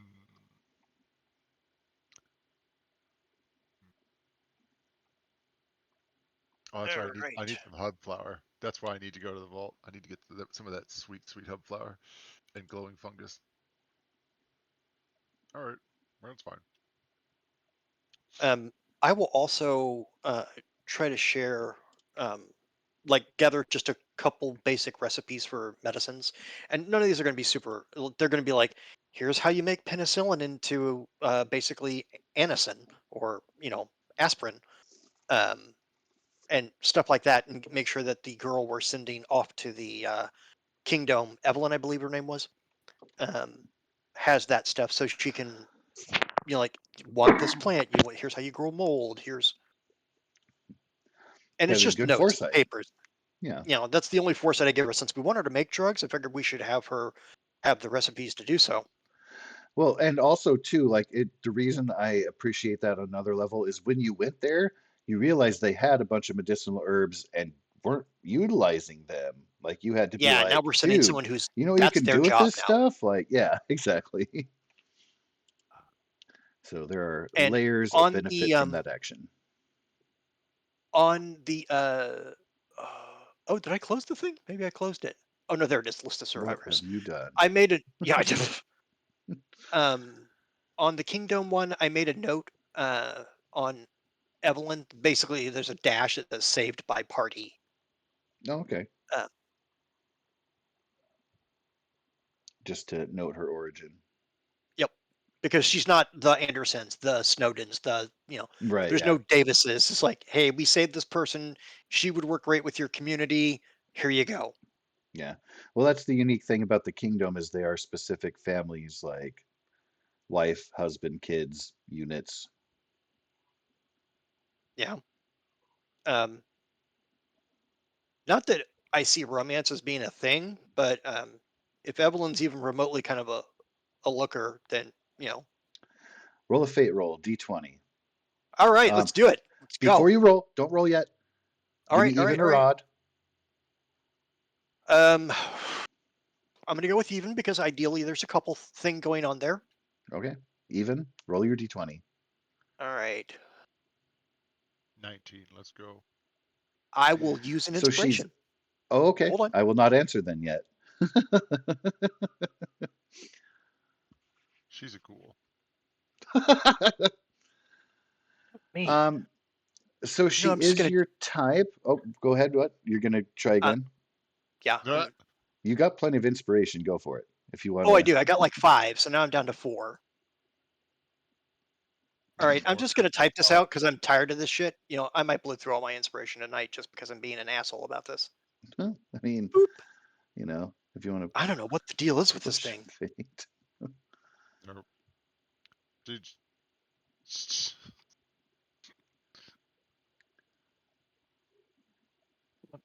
Are you wanting to keep How the do I? 15?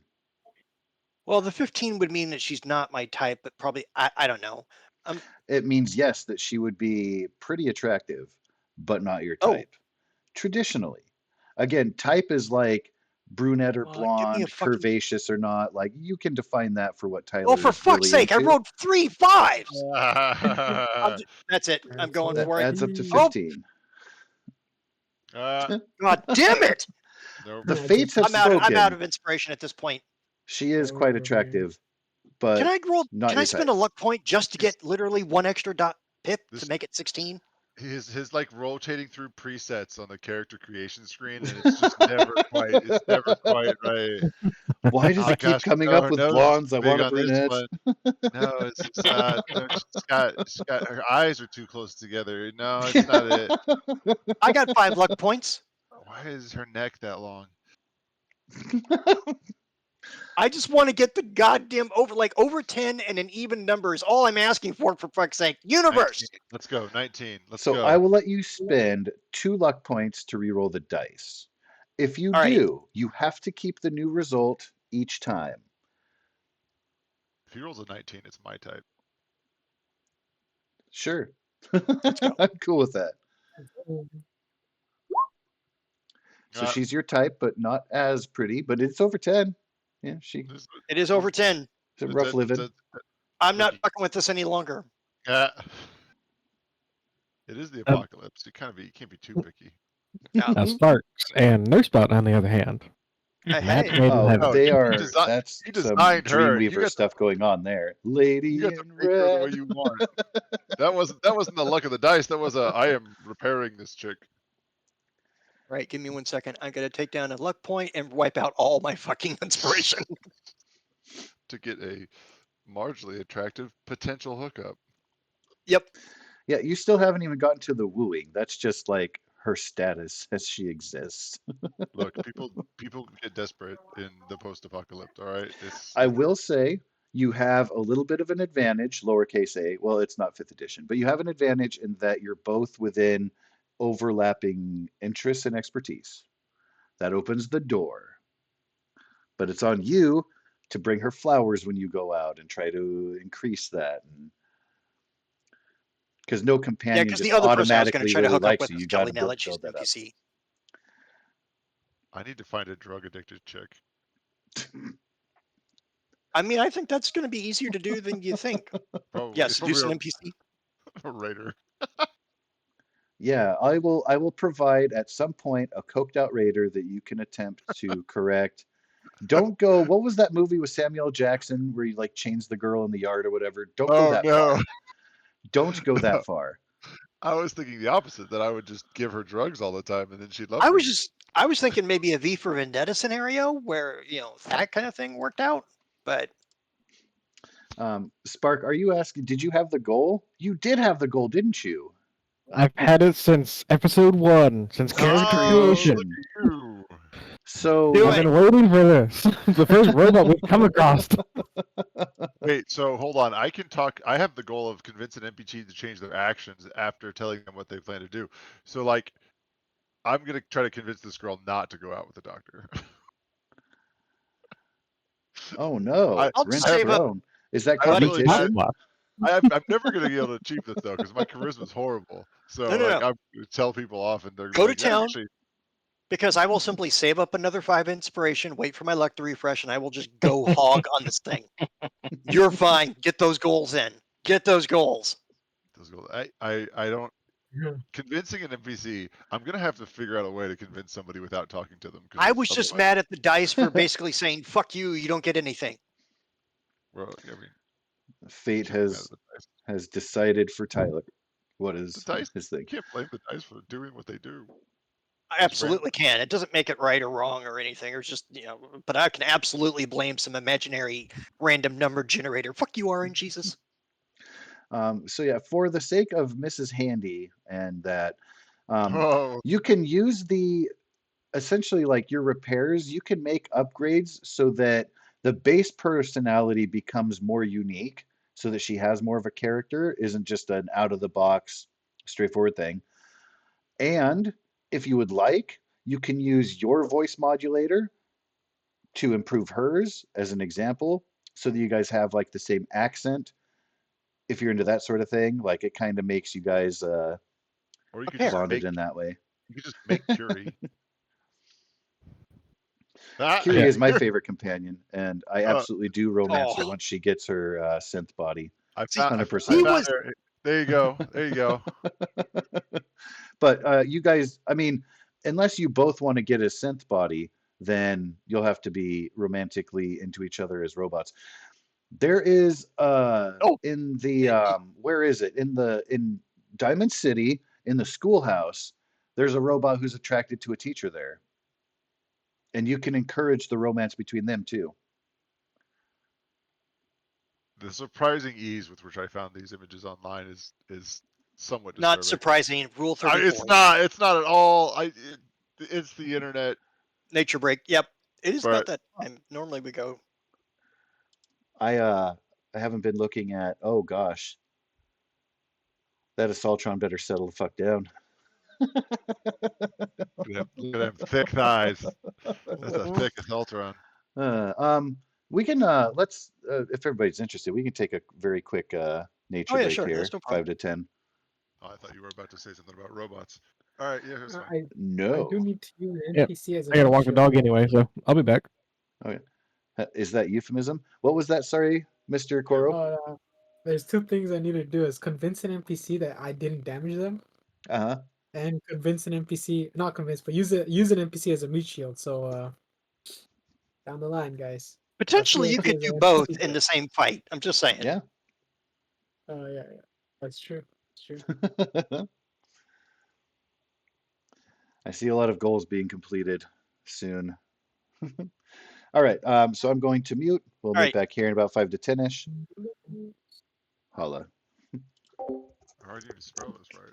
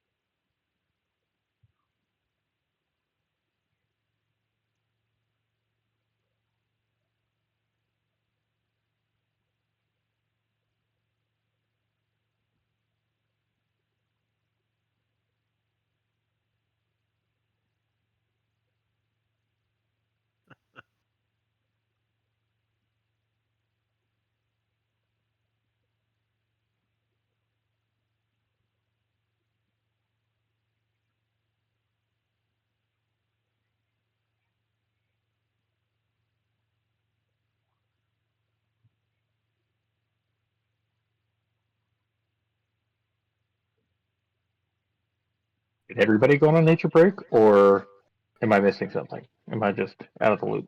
I think everyone's taking a temp break.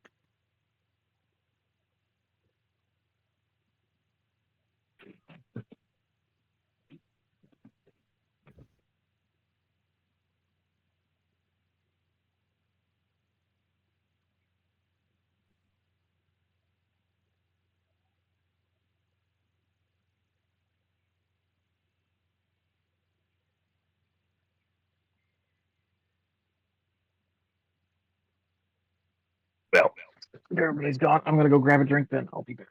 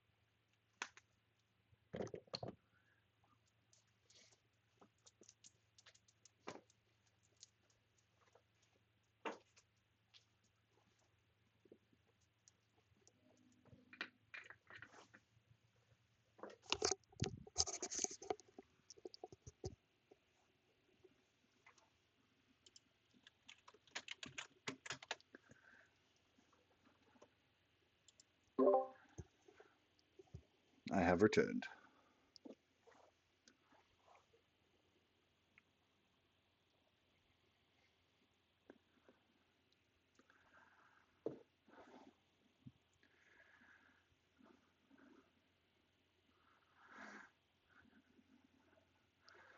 For those who are present and listening, does anybody have a particular stake or interest in cryptocurrency?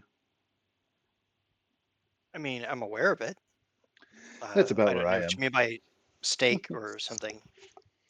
So Or there were you was just like a presidential order that looks like they're going to get into boosting that and regulating it and having a national stockpile and stuff.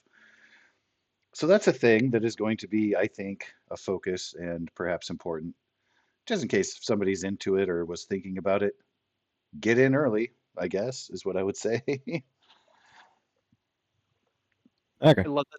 I love they say they're going to regulate it. That's just adorable. I don't know enough about it to have an opinion about that. I mean, the current political government infrastructure saying they're going to regulate anything is kind of adorable It is. because they're functionally getting rid of all of the bodies that would regulate basically anything, or they're trying to. It's real cute. Yeah, yeah, it's a thing. But I You just think want to that like by which just to have because of like maybe get money impulse and that the they way can't. that meme stuff has taken off, like I feel like there will likely be, even if it's very, very short, there will be a boost, I think, even in like meme stuff like Doge and whatnot. Like Hmm. that's why I was just like, that just happened today. So I feel like over the next couple days, there's going to be a spike in cryptocurrency investment. I mean, there already was a spike. There were several new crypto bits that were released that skyrocketed in value Oh yeah, for no reason other than the fact that a bunch of people probably bought them, and I mean, a yeah, bunch of people it's, that bought that might have been 5 people from foreign countries that paid several billion for them. oh yeah. I mean, if you can get in on it early and then people like that raise the price up and then you can sell before it crashes, Well, that's that's the just problem. free Is ducats.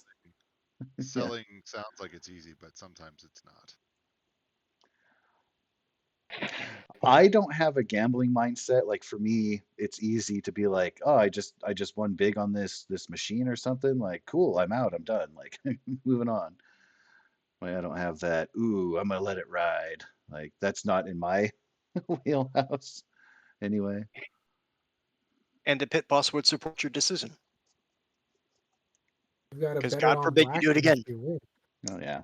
Yeah, I don't like to gamble necessarily. I'm more about a sure thing. I did make like so like the weekend when AMC got its boost, I put just a little bit into it and then went camping and then came back from camping and had like cell service again and made like 50 or 60 bucks and I was like, "Woohoo, sell it." Like it's positive net gain. And then it went back down to normal. I was like, that was good on me." And then I regretted that I didn't put more into it. But that again was like the risk thing. Yep. Yeah, I got the same way. I did Dogecoin for like a very little bit, but Mhm. I was like checking it all the time, and I was super stressed about it. And after a while, I was like, you know what, this is this is not worth it. I'm just gonna simplify my life a little bit and pull out. Getting You know, because pulling out simplifies his I'm life just in a saying, lot of pulling out ways. simplifies a lot of things. I love That's that everybody was like, telling you. That's not true, though, boys. It doesn't work. use protection, of course. I had my 9mm.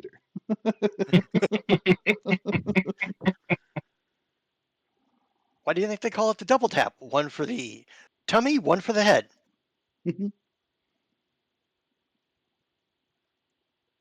I'm not surprised no one laughed at that. So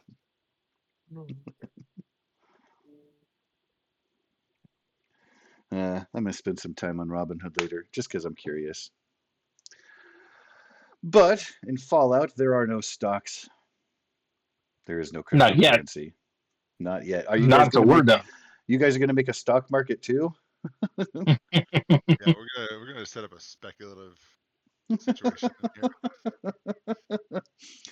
Oh, that is awesome. If you guys create the framework for it, like that would be incredible. I'll provide like boosts and hits and circumstances that cause the fluctuations. Oh, that would be funny. We're gonna speculate on the price of old world tech, not actual like old world tech getting it, but just the speculate on it, right? Like, well, Brotherhood still might come. There's been rumors about them coming, so I think the price of this stuff should go dramatically up, even though we have no confirmation that that's real. No, what we gotta do is take over some kind of mine or oil field, right? Oh And yeah, just corner of the market. hoard a bunch of resources. Yeah, yeah. Somebody will set up a smoke signal from like across the town. We'll be like, "Oh, that means something," and then the price will crash. Honestly, Yeah. this just sounds like Brotherhood of Steel. There is a guy in Fallout 4 that will sell you a credit card, and it only works with like one vendor somewhere, I think. Like everyone else is like, no, I want caps. But it's like a random Well, encounter guy somewhere. then we can start bidding on a default swap, right? So that if we know there's going to be a rumor that's going to tank the value of something, we can bet on the value of it tanking and sell insurance on it, right? And that'll Isn't that go like up. short selling or insider trading or something? Like, isn't that? Not yet. Yeah, because there's What no are you talking about? regulatory We don't have body. that kind of regulatory language. Yeah. We're Goodness basically gracious. just playing ourselves. This is just a game. We're just playing a game of finance. So That's who lost awesome. all that money? We did. Who made all that money? Welcome to Fallout, the finance simulator. I wonder Where if the somebody's points are made like real and a. don't matter. Yep. We'll I call wonder it if somebody's made F&F. like a stock market Finances thing and for D and Fallout. D. Fallout, Wall Street, where you fall out of a window that's 60 stories high. Some nerd has to have made like a stock market thing for. Oh, I'm sure. A search right away. First results in Google. Adding a stock exchange to your D&D. Oh, that's from back in 2021. There's a bunch of Reddit posts Well, about there was it. a lot of COVID and people had time on their hands. Goodness gracious. All right, well, I don't know. That's There's a actually rabbit hole you something I need to might need avoid. to get into, like with Esper or something. Or Oh, the what? Rokugan No. game. Well, because it's futuristic, so they absolutely would have. All right, so anyway, back in the Pacific Northwest, which is cold, frigid, frozen, survivors are building life up and have pretty good momentum going. You're betting on them failing. No. I have a question that's sort of out of character, but in game. Sure. I don't know if you had a plan to RP me going back to the settlement and collecting a couple of the like a diplomatic group or whatever, or if you just wanted to say that I did or whatever. But Where then I got to thinking about like, okay, what if I wanted to like ask you a question secretly? Do I just message you um in Discord, or do I message you in the regular group chat or whatever? Tell What us do I I do? all would out I would loud. send a personal message in Discord. There is a way to whisper to the GM in Roll20, and people can whisper to each other. I never use that, and I'm always afraid of hitting something wrong and then having it not whisper. So the safest thing is just a personal Same. message in Discord. You just Okay. tell us all, and then we'll pretend like we didn't hear it. There you go. Okay. I do. But like, I noticed that a couple of you guys were having a conversation. Oh yeah, that Oh, wasn't yeah, like when secret Spark though, went to like that talk to little Kelly. side thing. Yeah. Yeah. That's just Yeah, we were some talking about very multitasking. important, large beasties. and Uh, ramen and do you cows. mean those large beasties? Sorry. Hell Whoa. So yeah. to Hell follow yeah. up on your first inquiry, where I actually wanted to pick up right now is with you and your chosen cadre of diplomatic people waiting at the bookstore. And I wanted to ask you how you feel that would have gone down and your reasoning for choosing those specific individuals. Also, too, I was going to slide us over to this page here and have you point out who is who and who is there as part of a visual aid. Can Tyler Uh, roll to see if one of the ghouls is his type? Oh, totally.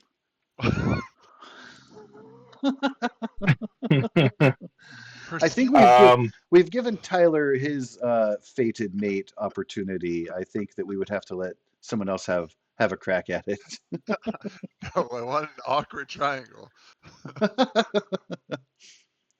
But yes, for the sake of Greg, yeah, I'm very curious to know who you would essentially select as your diplomatic group, your reasonings for choosing so, those individuals, and then which of those individuals may be seen in this Brady Bunch picture selection here.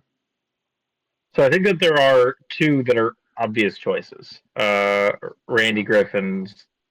Um, he specializes in conflict mediation. This is basically that, right? It's not exactly conflict, but we're not yet friendly, so Okay. With that that made sense being, to I me. don't know if it necessarily states male and female for everybody. I don't think so. But Randy with an I would say is a lady person, Okay. Oh, I see. Okay, if that just thought it was matters. an interesting It really spelling. doesn't. Yep. But Okay, yeah. so she is good at conflict mediation. I don't Um, have any, well, no, I think maybe that could be a female. I really don't have Yeah, female that's what I was thinking too, representation in the honestly. ghouls. Can I claim diplomatic immunity, please? Please. Let's go. um, and and then the other one that I thought was obvious was Alexander Markov, um, Sasha Markov. I think being a regional logistics manager for a shipping company, like we're trying to negotiate trade, and so inventory management and negotiation skills. I think that those are important, and I think that they will be useful here. And I Yeah, wanted to bring a absolutely. third, but I was back and forth between two people. Um, Okay. my first thought was uh, Florence Range Shadow, because she is a teacher, and I was like, well, we could certainly use one more well-spoken, level-headed person in this sort of a negotiation. But this negotiation is more, it's less negotiation, or it's less like hostile and more trade. And so then I thought Evelyn Nordstrom would be good, uh, as she may have more bartering skills, um, Hmm. and that may be useful in this. So I think I'm actually leaning towards Evelyn on this and not Florence. So it would be Randy, Alexander, and Evelyn that would go Okay. along with me, obviously. Obviously. All right. And I'm just posting that into the chat there so that I have that noted.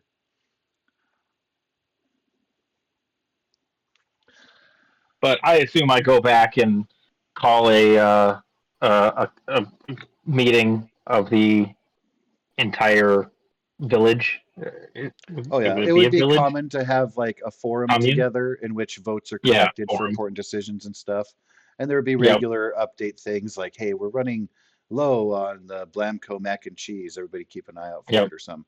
Because yep, there is a pretty large, we can get into that later, but there's a pretty nice stockpile of the underground people, which is yeah, mostly that leftover preserved goods that last forever.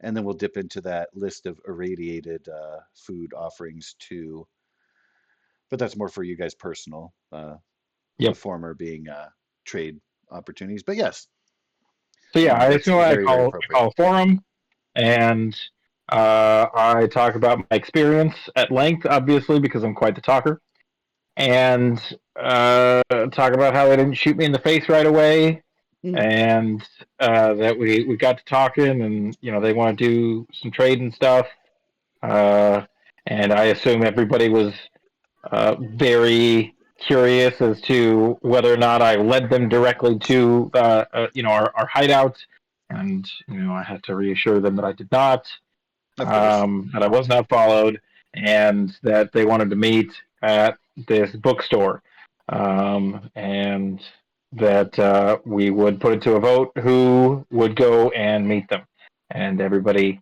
then, or most people, I suppose, it's not always everybody, but the decision was then made that us four would go. Yeah. And to piggyback onto that, essentially the group is going to encourage an initial, let's try it out and see how it goes kind of thing. Mm-hmm. Before any of the representatives of Cascadia are invited to the underground, they definitely want you to kind of go with them, see how they operate, get direct eyes on and interactions, get a gauge of like personalities and intentions, ambitions, just to make sure that because you've been observing them from afar, so Mm-hmm. they really want an inside view and more information before they commit to open arms and open doors, as it were. But they're Yes. glad to, if you find things within the trade network that can be used for the community, obviously they want access to that because surface going is really you and Hank, and you guys only have so much you can carry at a time, only so much scavenging you can do. So there is absolutely potential benefit, could be mutual benefit, and they are intrigued for the most part by the opportunity. There are definitely some isolationists among the people, so it'll take some time to convince them, and maybe they never will be. But as far as the overall sentiment, that is kind of where things have fallen out. Yep. Sweet. So Randy and Alex and Evelyn will be now. Evelyn is going to be the one who's a little bit of a holdout amongst that group. The others are going to be more amicable to working together, having this arrangement with surface dwellers. So she would be, out of everybody that you bring to the meeting, she'd be the curmudgeon one, the one that needs a little more twisting and to be impressed. But again, I it's think just a that would meetup, be and intentional. yeah, Amongst the group, you want the voice of everybody to be heard, including those who are more curmudgeony. So they would choose somebody, at least one of those people, who would be slightly against the idea. So yeah, yes, got to have an naysayer. exactly. But that being said, like she herself being a merchant and creating garments, like how many clothes can she make for the same 20 people over 200 years? Like there is, Mhm. she does have, she's on the fence, just very much against the idea of just brazenly opening the doors and stuff. Like, I don't know about these surface dwellers. They kill us on sight. They take advantage of stuff. A lot of them are just raiders out for themselves. So there's a lot of skepticism in that regard. But yeah, that having been said, you will be ready and waiting at the designated location of the bookstore. In the morning, there will be time for Alexi and Smuka and Spark and Tyler to kind of make their last minute preparations, have their rice for the day, etc., or their noodles, as it were.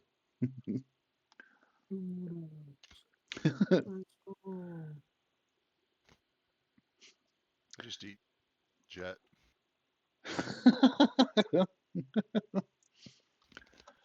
How much jet are you taking on the regular? Doesn't matter. I'm immune. But it's got to like make your pee glow or something. Nah, it's a side benefit. No more than it already does. That sounds like something you should say for Greg. Right, bottle it and sell it. Oh, that's gross. Look, You we do brought you enough. some. It's a cocktail. It's an irradiated cocktail. Oh my But goodness. You need a Yeah. desalinization plant, and then you can just filter it through. And anyway, icky. So, It's been donated. so our intrepid surface dwellers will, in a timely fashion, arrive in the early morning hours. Or wait, no, you had said noon, right? You said Yeah, noon, noon. noon 30-ish. Yeah. So when it is most light out, unfortunately there are no sun breaks, but everybody is ready and arrives promptly on time. You can tell right away that, with the exception of Greg, perhaps there is visible trepidation between the other ghouls, kind of their instinct to flinch at the arrival of smooth skins, as could be expected. Doc, are you in your power armor? Um, he really doesn't travel to anything without it. So let me Okay. switch the character token to that, Yeah, of and course. that should Presumed. update that. Close that sheet. Open up the other sheet. Not intimidating for a negotiation at all for one person to show up in fucking power armor. That's Yeah, what I was nope, not going at all. with, even though it is medically marked, and the ghouls would recognize the medical symbology as Greg did. Like, that's a pre-war custom slash convention. So, like, hey, wait a minute, got a Is doctor it better power. or is that better or worse than Sparks is traveling? I basically just strap a whole bunch of fucking knives to myself and make myself into a flying murder ball. You do, but your dandelion is inviting. Like that helps balance the. Sorry, Mr. It's murder Dandy. ball chic. I'm gonna say I just got like 100 machetes just strapped all over my body. You are quite intimidating because of your serrated armor upgrades and stuff. Yeah, that is a thing. We are survivors. We don't fuck around. It's a weird dichotomy. Yeah, I agree. Pristine chassis, fresh paint, very Wait, rusty, bloody blades, all strapped to me. Beautifully welded though. yeah, the welds are primo. Just the most gorgeous welds and then rust. So the ghouls will have arrived first, so they will see, perhaps even hear the approach because of the power armor crunching through the snow and stomping about. Not a lot of stealth available. So the ghoul Tyler doesn't party do that. be able to anticipate, right? Ghoul party will be able to anticipate that arrival coming in, and it's really up to you guys who will make first offerings, who will take the lead for each group. I assume Greg will be the speaker for the ghouls. Um, Um, I would assume that somebody else would be like Greg is a traveler, but he doesn't necessarily like speak for the whole community, right? So I would probably make introductions, but I don't know that I would be the voice of the group. Okay. I have decent barter, but I don't know. There's not really a persuasion skill, so to speak. I would say a combination of like barter is definitely useful, just to kind of having that way about you. Speech, I think, really goes a far way with charisma in making a good impression. And like barter, definitely helpful for negotiation. Speech and charisma collectively would make There's no skill I don't have at good least a for the one in. So first impression.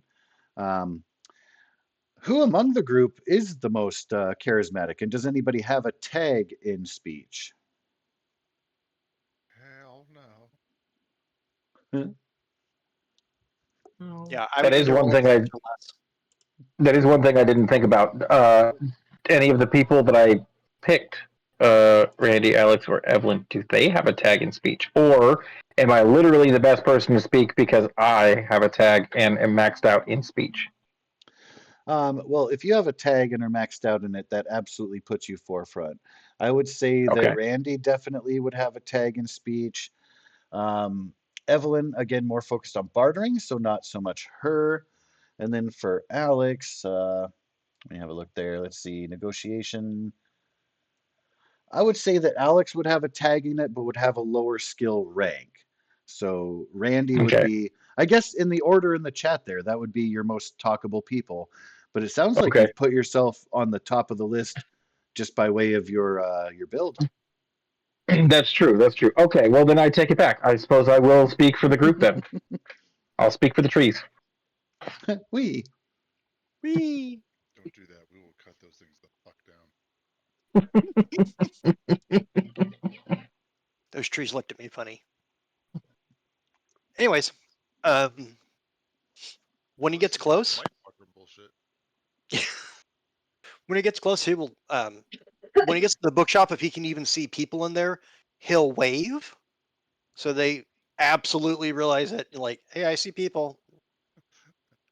He is definitely going out of his way, not only walking down the center of the street, but just like, hi.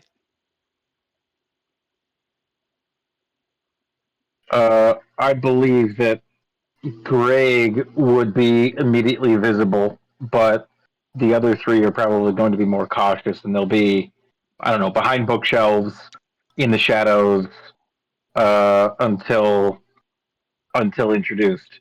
And so Greg will be there, and he'll see this giant mechanical monstrosity painted white and red walking its way down the road, and we'll greet friendly as he always is. Uh, Hello there.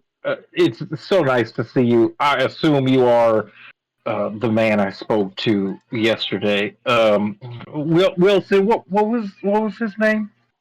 He Tyler. will. That's what it was. Tyler. Yes. Tyler. How are you doing today? He holds up a finger, like pause 1 second, and you see him hit some things and actually lift the helmet off so that his head is visible and potentially unarmored now. And it says, "I'm doing pretty good. Yourself?" Well, I don't know that I've met a day that I haven't enjoyed in these last couple hundred years. So I would say that any day that I'm alive is a great day for me. That's Um, fair. I am glad to see that you guys have made it here. I have also brought a group of diplomats to hopefully begin discussions. Um, so do we want to do this in the bookstore so that way we're not out and Yes. open? All right. He'll Yes. walk in and then find whatever open area there is, and he'll just sit down on the floor to try to, and he'll put his little helmet in his lap.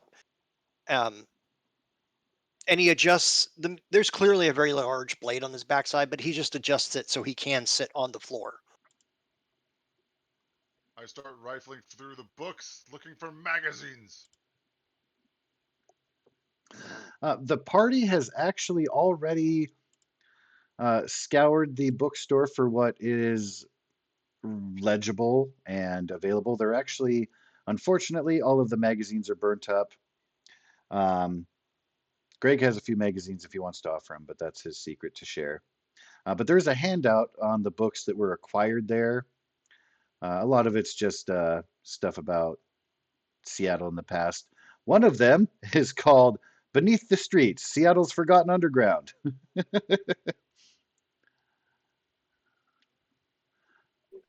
But no one has read it or mentioned it or anything, so that has been a secret kept and unexplored.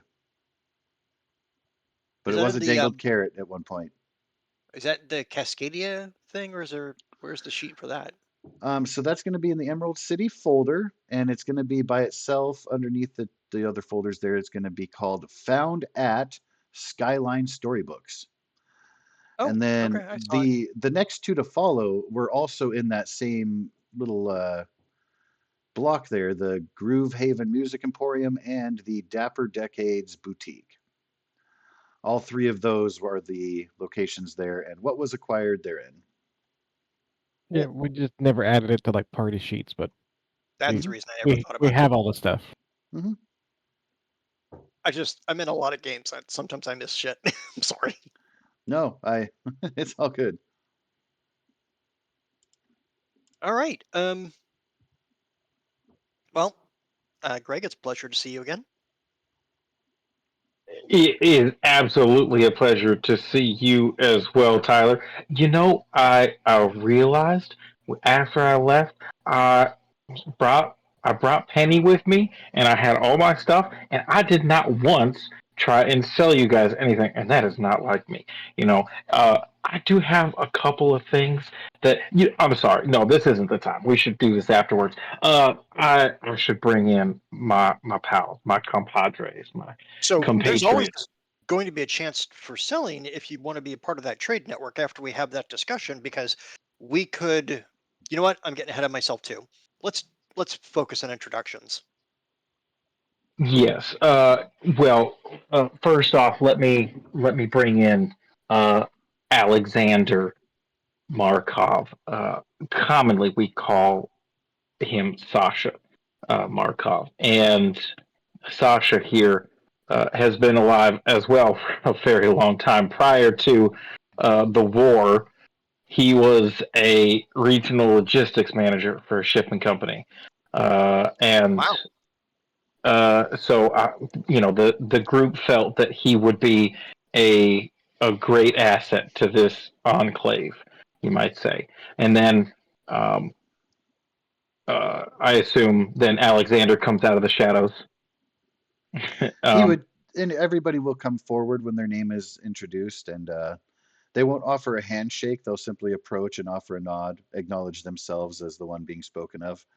But they're still definitely, all three of them, even those enthusiastic about the arrangement, will still be definitely trepidatious about smooth skins.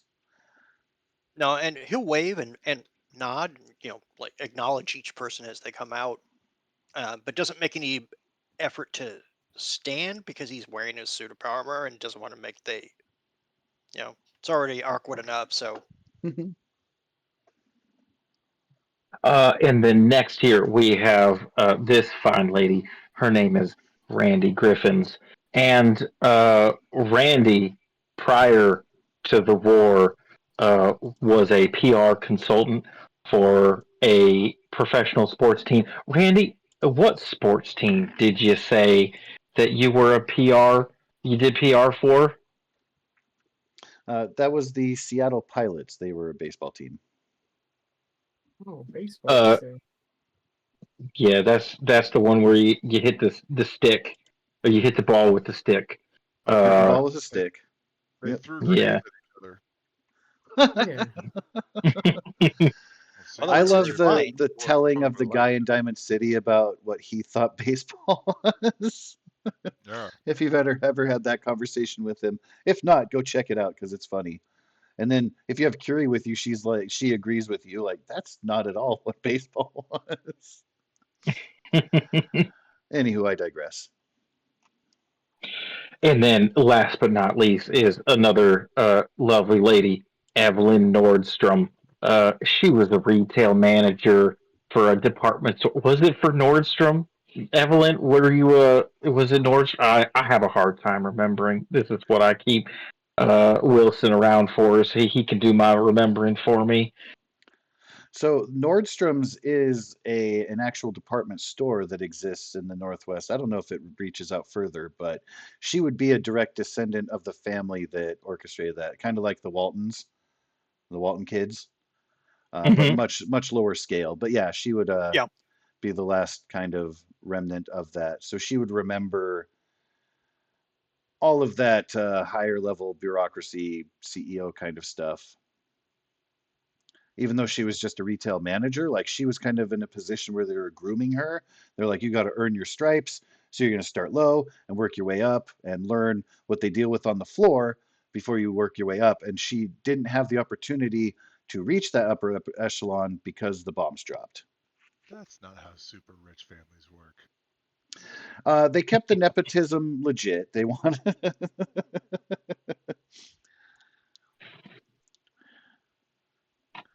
I mean, was a pretty big store that she just kind of got thrust into managing. So, and she started as above the common thread. Still, she wasn't like And a box everybody opener knew, like, just working the the minute till. they're But like, yeah, her last name's Nordstrom. Oh shit, no, be nice to her. oh yeah, oh yeah. But she's because of that, yeah, she's a little bit more down to earth than like the rest of her family would have been had they survived, which they did not. That we know Anyway, so yeah, that's that. Just of. discovered the And BTH. then Greg will turn to the ghouls and say, and over here, everyone, we've got uh, Tyler. Uh, uh, I don't know if I can pronounce that. Profin? Proven. Profin. I know Profin? Hank. He just kind of waves at them again, just like, Hank and I are buds. They And quickly then share looks at each other like, oh, They look impressed by that a little bit because they know who and Hank then we've is. got Like, yeah, he's one of theirs. Alexi. And is it Smuka? Yeah, you got it. There you go. Yeah. Okay. See, Wilson does a great job giving me the names in my head. And then the robot, I guess, is another one of their traveling companions. Spark is his name.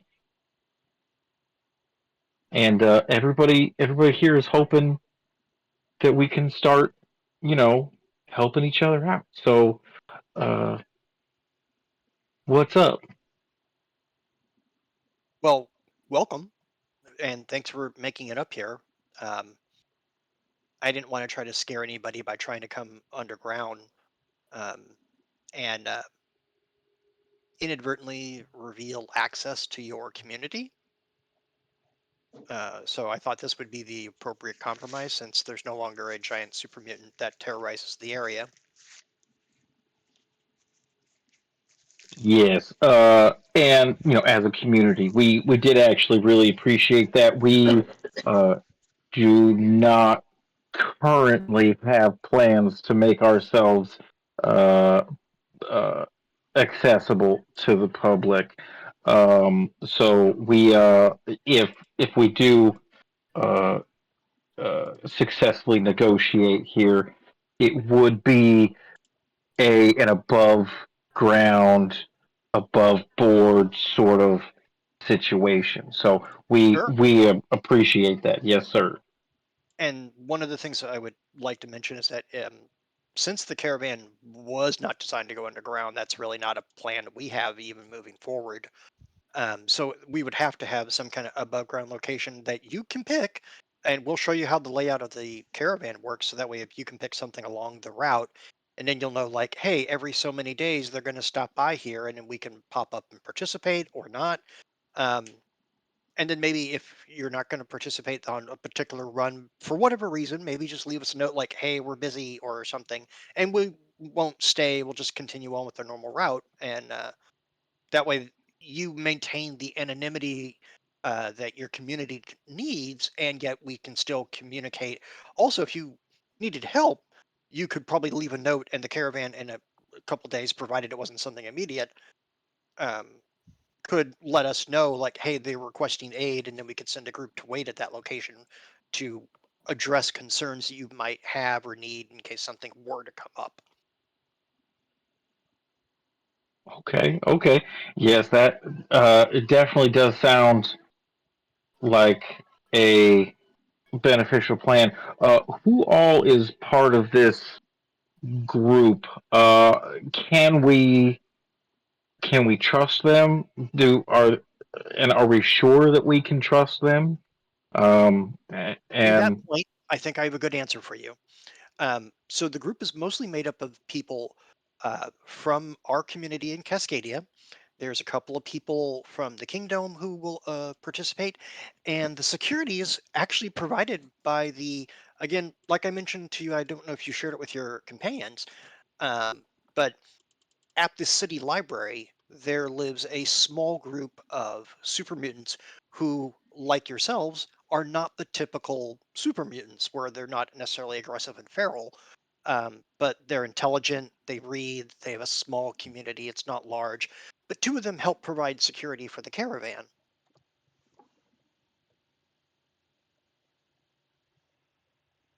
Okay. So if we were able to make friends with them, I'm willing to bet that as long as people don't attack us, we're willing to talk out and make friends with, well, frankly, anyone. It's not like we're the Brotherhood of Steel. They are not familiar with, like, they've never heard of the Brotherhood of Steel. They, like, no, none of the ghouls are familiar with that term. So that That's won't fine. carry a lot of weight. But can I please have you, Tyler, make your speech roll just to see how this is coming across to the others? Ooh, Greg can respond how he likes on his own because he has his own agency. But how's the I impression will. going on the other three? I'll be honest. I'm just gonna spend 3 of my action points. Um, That'll give boom, you boom, boom. what, two extra dice? Yep, 2 extra dice just because I'm paranoid and I need this to go good. Um, Your difficulty is three, one for each of them. fuck. Oh Now, god. that means too, though, like failure doesn't mean absolute failure. It just means you haven't persuaded or impressed all of them. Well, I'd have to get a 1 to get 2 successes. So that. All right. Fucking, I'm dumping all of it. Oh man, it would have been nice to have had more inspiration, wouldn't it? Look, booty calls are important too. Yeah, All no, right. there Well, I you got 1 go. action point back. I think it was worth it to spend all of that. Yeah, considering it would have been on the 3rd die and the 6th. Sorry. Yeah, well, all would have been extra dice. It all would have been extra dice.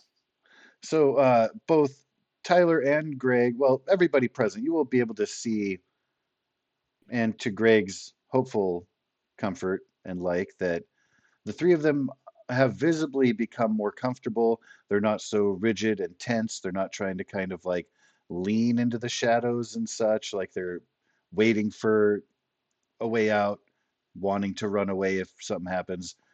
They're definitely getting a little bit more comfortable, whispering amongst themselves here and there. So you believe, Tyler, that so far your impression has been good. You've been pretty straightforward and open, and that is well received. Continue as you will, gentlemen. Greg is going to go to uh, the ghoul group and ask them if they have any questions or concerns or anything that should be brought up um, uh, at this point. Really, they want to know what benefit a longer term arrangement would have for the ghoul community.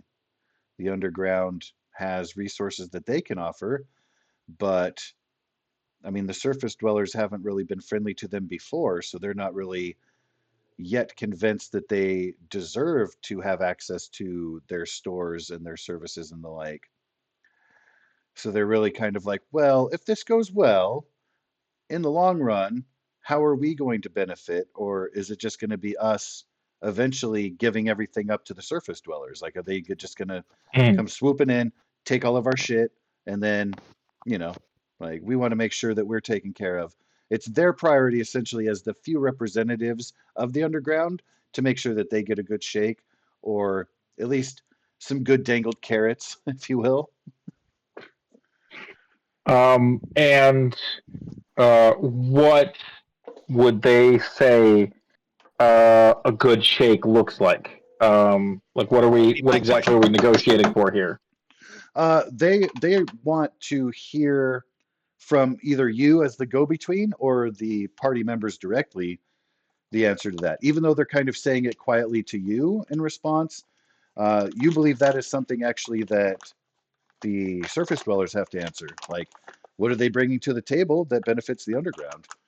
Because Okay. Okay. they've Okay. heard about a library with some super mutants. They've heard about the kingdom, which they're pretty sure is that big old building down to the south that they've never been to or been inside of. Like, they don't know what's going on in there. So they're like, Yeah. yeah, whoopty Okay. shit, kind of. Yeah. Uh, cool. Okay. So then I'll go back to the party. Uh, well, gentlemen, thank you very much for your patience here while I uh, spoke with my compatriots. Uh, we are we are open to the idea of a more long-term trade option. We are worried, however, that our contributions will not be seen uh, as important or as impactful as we think that they should be, and that other people will not value our additions as much as we value them. And we're really hoping that you might be able to tell us what extra value you will bring our direction in order to make this a mutually beneficial arrangement. Right. So first off, and he does make eye contact with the other three. I'm going to try to answer this question, but if you find that I'm not offering something useful, please curtail my information because as much as you don't know about surface dwellers, we also uh, conversely don't know as much about your society as well, and if they have special needs or concerns that need to be addressed. And the reason I bring that up is that Greg mentioned the consumption of irradiated food, which is normally something we try to purge from our sustenance. Um, we absolutely run across irradiated creatures out here on the surface. If you would prefer that we um, make a portion of that meat uh, in a secure container available to you so that you could have irradiated food, that's something that we could absolutely do on the regular. And like I explained to Greg, and the reason I brought this particular suit is that when I'm wearing it, I remember, I'm sure you guys all heard or were told about the horde of feral ghouls, just so I'm very clear. Um, I was in the thick of that horde alongside Spark, and my compatriots were up on buildings, but when irradiated ghouls showed up, I didn't have to worry about it because of the particular suit that I wore. And, well, Spark's a robot. So we could be the ones to help bring any irradiated equipment or food. Um, sorry, maybe equipment wasn't the right word, but food and sustenance that your community could make use of to here without any concern of hurting people on the surface, and yet providing a means of transport. It'd probably be a special delivery as opposed to being on the caravan because you wouldn't want irradiated things going with the caravan everywhere because that would just spread irradiation around. We could certainly work something like that out. I intend to work out of the Cascadia docks area, and I'm a doctor, and I can't imagine that your physiology has changed so much that if you broke an arm, you wouldn't need it set, or if you had an illness that I couldn't learn how to treat someone like that. Um, so that way, medical care could be provided to you as well. I'm not sure how that works for you guys. Obviously, you're very careful and very cautious because otherwise you wouldn't have survived as long as you have.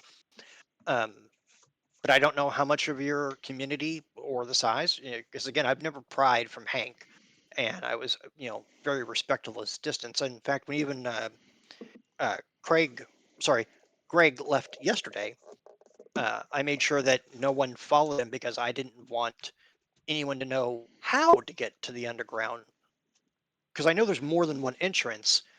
Um, and when Hank brought me a couple times to a location, he always had me blindfolded, and that's the only reason I know there's more than one way in. Because the two times he brought me below ground were very brief into clearly private areas that were just for him. Um, mostly to help share some things with me. And one time he dragged me away from a really bad circumstance where I survived a bear attack. Um, and yeah, but so I know you guys are not. You're just trying to survive, and unfortunately, the world dealt you a conveniently shitty hand, and just trying to make the best of it. The way, well, frankly, all of us are. Um, if what I've said has not addressed something, please let me know if there's something like a dietary restriction or something. Clearly, the irradiated food crosses that into that genre. But if there's something else that you would need provided, I can't answer things I don't know. I can only make guesses, uh, somewhat educated to try to assess your concerns and needs, so you don't feel that you're being victimized and that someone's going to walk up and say, like, well, listen, Ghoulie, you should just be thrilled that we're talking to you at all. I mean, I don't want that relationship ever. I wouldn't want it done to me, and I certainly don't want to do it to you.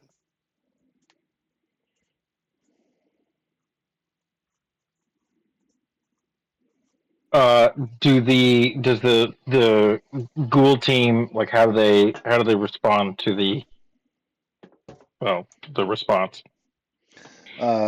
They kind of gesture toward you so that they can respond to you privately rather than Okay, publicly.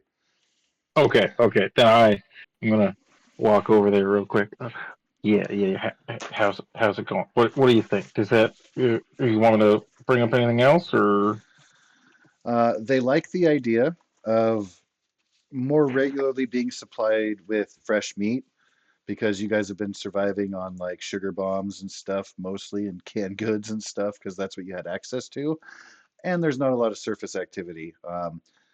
Like you and Harold aren't like hunting rad stags to bring down fresh meat. Like that's not your purpose necessarily. Mhm. So they like the idea of that. Also, access to general surface scavenging because in a couple hundred years, you guys have really exhausted the depths of what can be found in the underground and nearby. Mhm. Their primary concern is that these surface dwellers seem to see radiation as a detriment, not the blessing that it is. They are very, very concerned about that.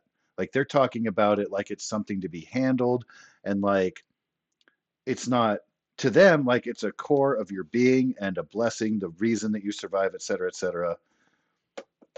And these guys seem to, yeah, treat it like it's something to be ashamed of or avoided rather than embraced.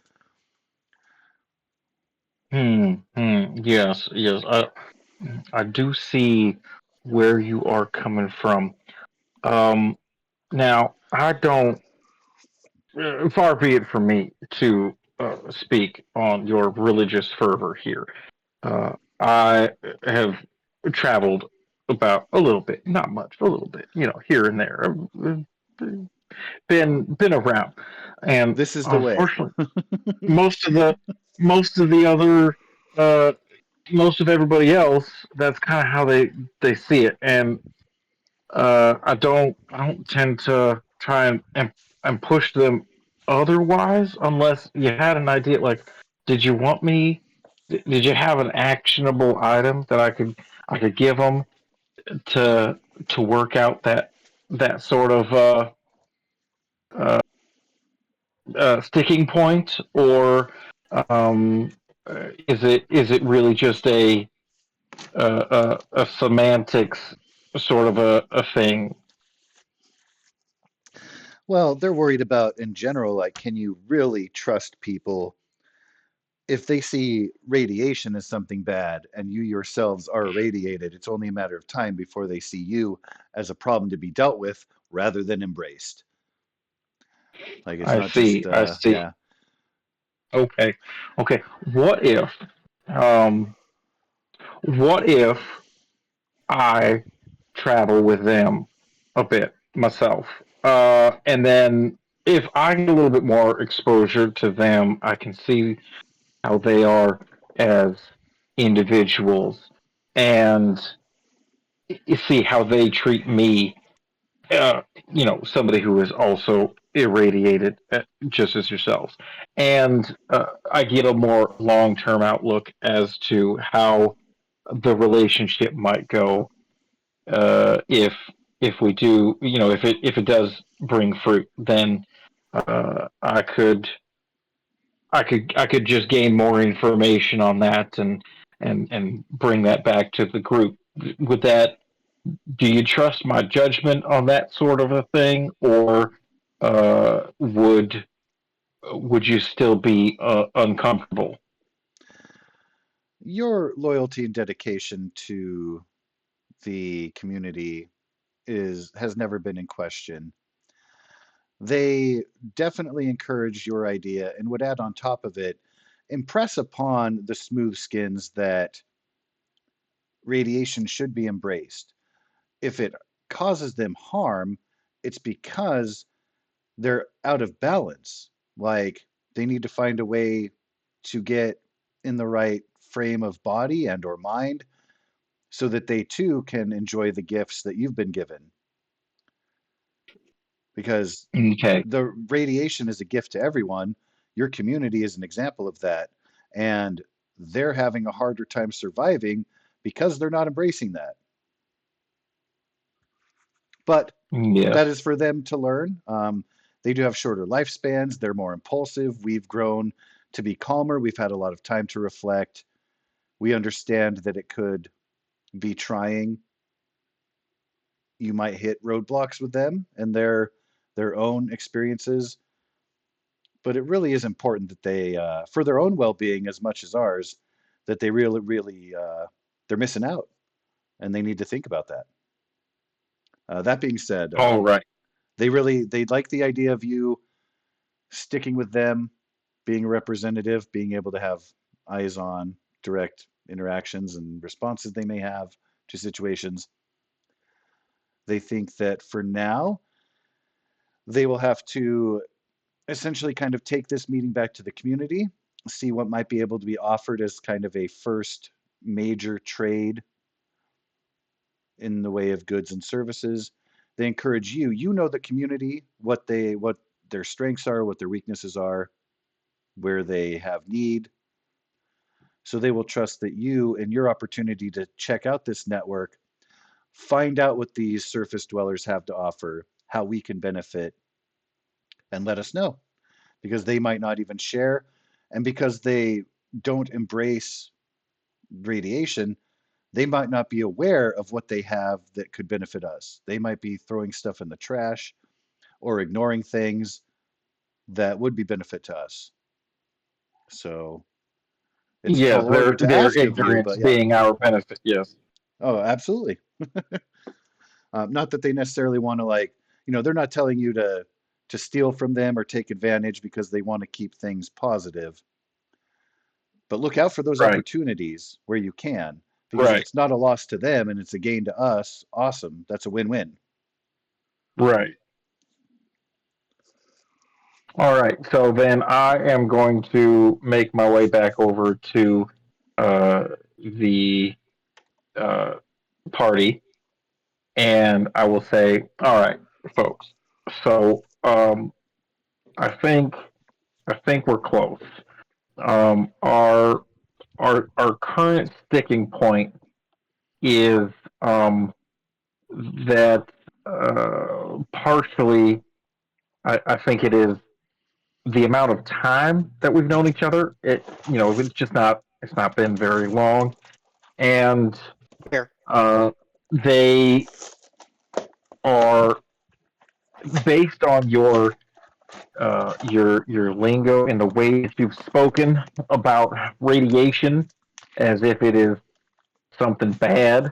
They are afraid that you see or that you may see them as bad because they are irradiated, and we obviously want to avoid that. We see radiation as what has given us life. That is the essence as to how we are ghouls and not currently dead, is because of the gift of radiation. And it is difficult to see somebody or to hear somebody uh, speak about radiation as if it is some sort of poison, and uh, they would like me to say, though I'm not personally quite this religious necessarily, but they would like me to impress upon you that they feel that your lack or your reluctance to embrace the irradiation is a detriment to you and to your life. And the reason that radiation hurts you is because you have not embraced the way in order to accept it as as the life giver that it truly is. Um, you know, I find myself to be agnostic in this area personally, but I do understand both sides of of the argument here. So we don't expect you to start drinking radiation right away. You know what I'm saying? But uh, perhaps around the ghoul kind, if you could watch the way that you speak about radiation, perhaps uh, be a little more kind to it. That would be excellent. And then the other thing about the amount of time uh, that we have, they would really appreciate if I was able to travel with you guys and help you out with whatever you need help with, and just to be able to get to know you and see what kind of people you are over the long term. That way, uh, you know, their sort of thought is the way that you treat me, sort of an outsider currently, and an irradiated person, a ghoul. The way that you would treat me would be symbolic of the way that you would treat our community, and we. So I was hoping I might be able to tag along a little bit, maybe uh, do some trading with you, do some trading with some of the other surface dwellers, and uh, maybe uh, sort of see how things are up here a little bit more, and mostly see how you guys are a little bit more than we have in the past. And at this point, I'm hearing that they may want to initialize some form of trade, at least one thing as a test to see how it goes. Do you guys have any ideas on what you might want to provide, uh, and what you might be looking for? Um, First off, Frog, if you need to drop, I understand it is a little late. Yeah, we'll be wrapping up the sesh after this little confab here. But understood. Um, so, first off, as he looks to the other three, please accept my apologies if I made you feel uncomfortable. I'm sorry. That was not my intention. Um, I'd like to address your points. I'm going to try to go in the order that you mentioned them, but if I get a little out of order or you don't understand, just stop me and I'll be happy to explain. Um, so, is your community familiar with the term oncology? I don't know. Are they? Collective nods are shared. Okay. Okay. Um, Radiation absolutely has good uses. There's a number of medical procedures, um, the most common one being x-rays, that use an irradiated blast of those things, which are not something you could typically see with the naked eye, to look at the bones inside the human body. Um, they have used radiation to actually cure forms of cancer. So, yes, there's absolutely valid and good uses for radiation. Um, you could even technically use some versions of it to probably even cook food without harming the food. Uh, radiation, depending upon the element used to create the radiation, is what changes it from being a energy, the same way you would get heat from fire, versus, say, using uranium, which has a wild half-life, and its ability to hurt things after the fact is much different than using, say, microwave radiation to do something. Does that part kind of track with your community as well? You can tell that the glances that they're kind of sharing, they're more uncomfortable the longer he goes on. Your familiarity with the community, Greg, is essentially he may be blaspheming a little bit with some of his suggestions. He might be assuming too much. um, they're Okay, they're then I'll progressively going to I'll step in become and I'll be more uncomfortable because he's speaking with such confidence and knowledge, and they're like, dude, he's like kind of preaching to us about our own stuff and yeah, some stuff he's not getting right. And again, it's their perspective. I'm not saying that right, Tyler is wrong, but right. you can So see then them getting cringy. I'll step in and I'll be like, well, we really don't have to go into specifics at this point in time. I I apologize. I was think just trying to make sure I I didn't say a term that they didn't understand. right. No, I think we can perhaps move on to the next point. Yes, please. Okay. Well, I'm sorry if any of that did make you uncomfortable.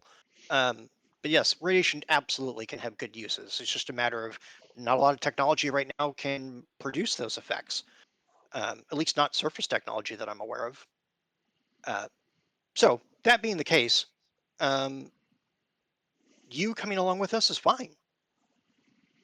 If you'd like to travel with us, you're welcome to stay as long as you'd like. Steve certainly didn't have a problem.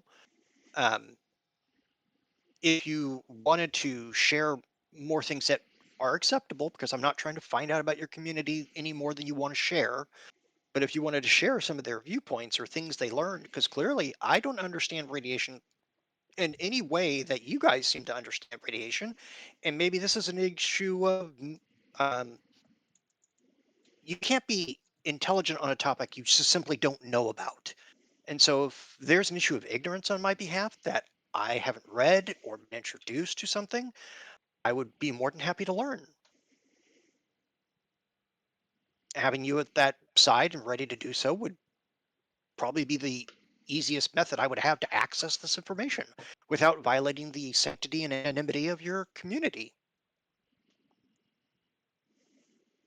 Well, I happen to agree, and I appreciate your willingness to allow me to come along with you. I happily accept, of course. I believe that this will be a very fun and fruitful adventure. Yes, sir. Okay. Um, I mean, I wasn't hoping to hammer out an entire trade agreement in one meeting. That seemed a little presumptuous, honestly. Um, but I think we have good first steps. I think that's a nice way of putting it. Right. I think they were just hoping for like a test, right? Of a just like one thing maybe that just to see sort of how it might work. Um, The irradiated but food sounds like the easiest thing we could provide. And okay. I'm sorry that if you guys see irradiation a more deified sense of the word, um, most of the people here have only experienced sickness with it. So I want to help everybody. I'm a doctor. That's literally my job. Do no harm. I've had to defend the community against ghouls, but I understand the difference between a feral creature like a dog and an intelligent creature like a dog that's not feral. And not that I want to use that analogy, but I don't have a lot of good examples to play with here. You guys are clearly intelligent and smart and can communicate and eloquate your words and have lived far longer than any of us, and probably the best source of history and knowledge pre-war that we'll ever run across. So I need the option to learn about you so that I can provide things for your community or take care of your people the way they would like to be taken care of, the way their concerns about spirituality or physical health might need to be taken care of. I may need to adjust drugs to address the physiology of irradiated people so that way they can continue living, for you guys, healthy lives. And just because you live them differently than us doesn't mean I want to curtail that or see it as an illness, because clearly it worked for hundreds of years. If you're pushing 200, I want you to see 300. And if I can figure out a way to help that and make other people not see it as an ill, but just it's just another method that you guys managed to find a way to live in what was a hellish wasteland for people, and it worked out for you. There's got to be something we can share between our two communities to bridge that gap. I am convinced that's possible. I just don't know how yet. And so having you come along with us, Greg, I think was the beginning of a bridge between our people and allowing me to understand how to treat your community with the respect it deserves, because unfortunately I'm just ignorant of your community. Whether I want to feel that way or not, I know that I'm ignorant of that thing. And I hope that in my learning how to help your community, I can also kill the stigma of how people see radiation, because I know it has beneficial uses. But like any science or medicine, until you experiment with it, you will never know the truth of something. And so this is the great experiment. You coming along with us learning about you, you learning about us. That's the great experiment. And I hope it goes long and is fruitful for both parties.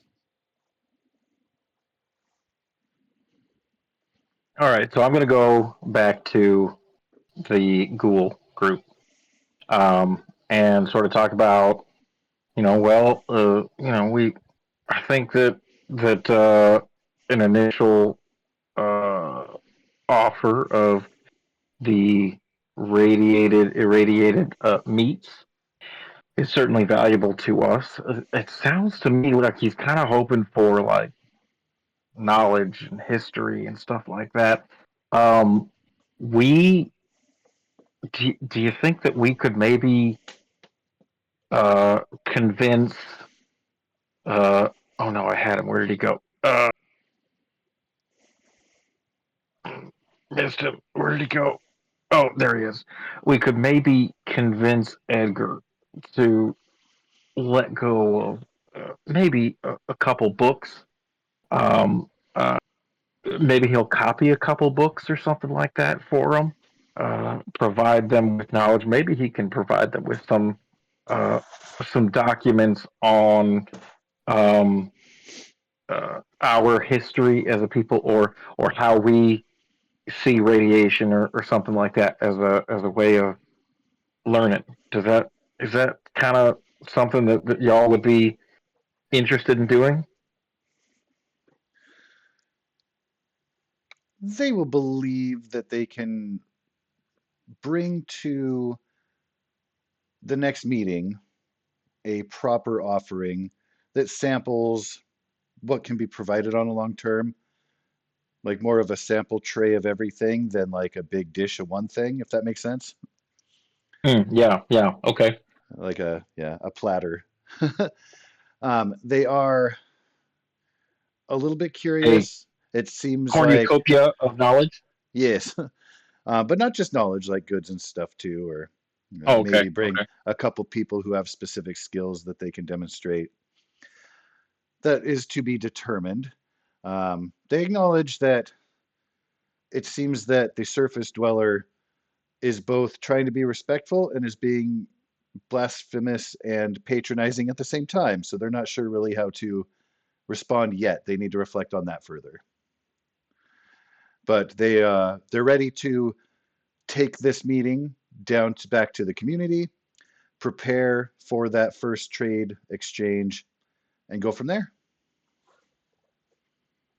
Do I have an easier way of contacting them long distance without having to actually make the trek to the uh, Underdark. You Or it's not called could the Underdark. underground. Yeah, it's the same thing. I know what you're Underground. referring Yep. to. Yeah, Yep. you are the drow of the world. So you haven't yet come up with that.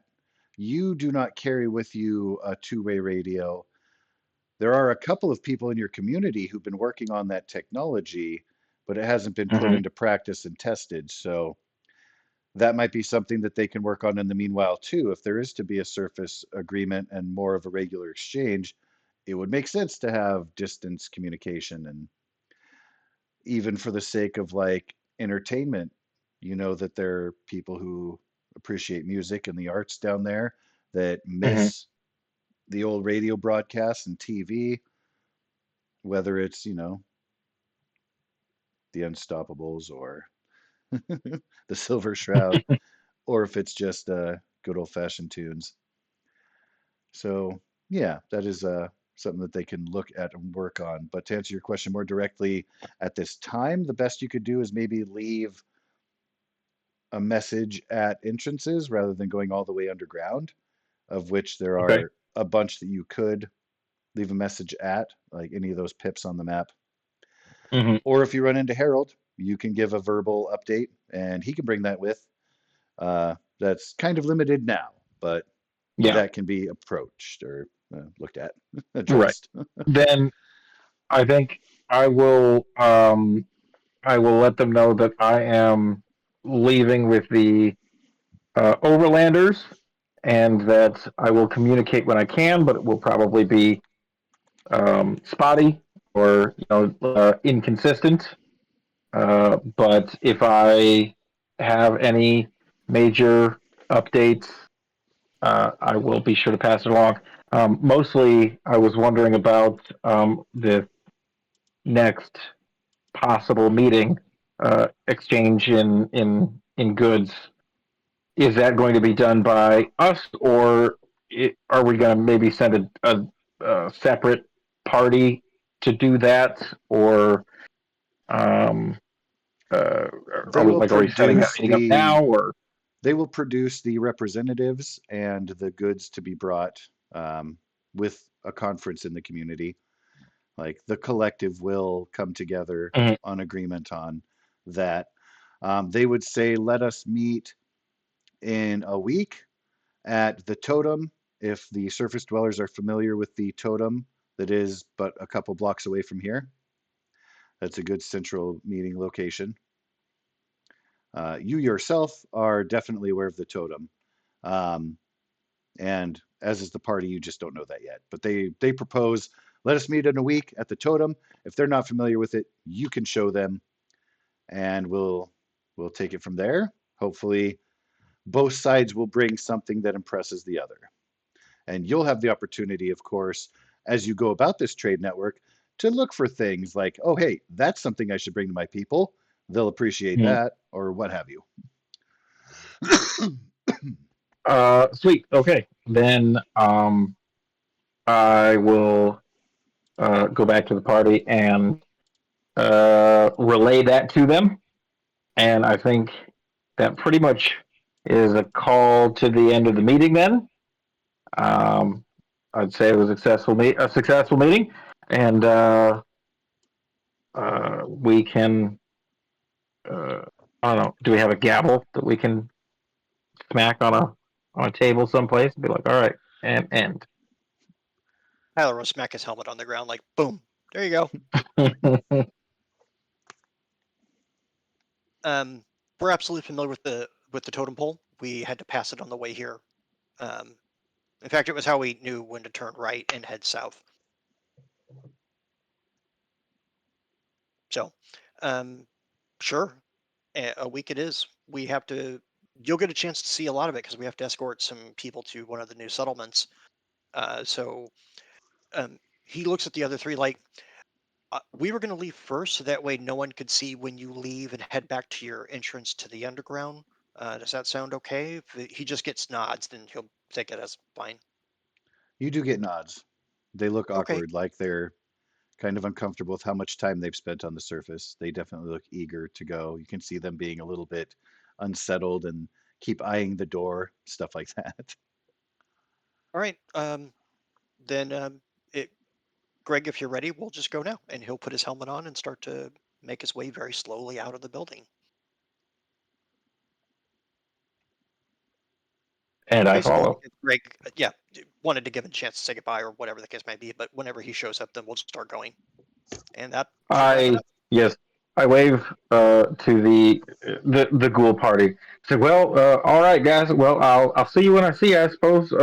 Look for my messages. I'm gonna get going. I'm gonna leave with you. Okay, bye, bye, bye, bye. As we walk out the door, I unpin 2 grenades, chuck them inside, and hold the door shut. Now it's over. Hours with the negotiation. Waste war declared. Was seemingly going well until the impulsive acts of the vault dweller.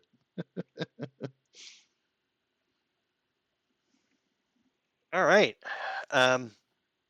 Well, I know that was an introductory episode that maybe took a little longer, but I think it was worth it. So I hope everybody enjoyed themselves. Yeah, I had a lot of fun. All right, great. And we get to see you next week for Esper. Yes, I made a character, but it's not done yet. I like the Josh foundation. and I, Josh and I still have to get together and level it up, and I don't know. I'll probably just sort of talk about what I was aiming for with the character, and maybe he can point me in the right direction. Oh yeah. Well, hopefully you don't fall out of the sky onto one of us. We're gonna blow shit up. Which is literally how one of the characters got introduced in another D&D game. The other day. So full disclosure, they asked for that. I was like, yeah, you can Oh, that's literally fucking fall out great. of the sky. That's actually like normally I wouldn't do that. Like it's a little bit of cartoony, but because they came from another parallel dimension / another plane, because it's Magic the Gathering. But yeah, I was like, that works here. I will allow that. You'll know when it happens. All right. Anywho. Well then, yeah, so next session, well, I've got a lot ready to go there, but yeah, it looks like there'll be some walking in your future, if nothing else. Hope you bring your snowshoes. Sounds great. All All right, righty. cool. Awesome. I'll talk to everybody later. Yep. And Talk to you later. Goose, Have I a will good see you tomorrow. Yes. Yes, you Yep.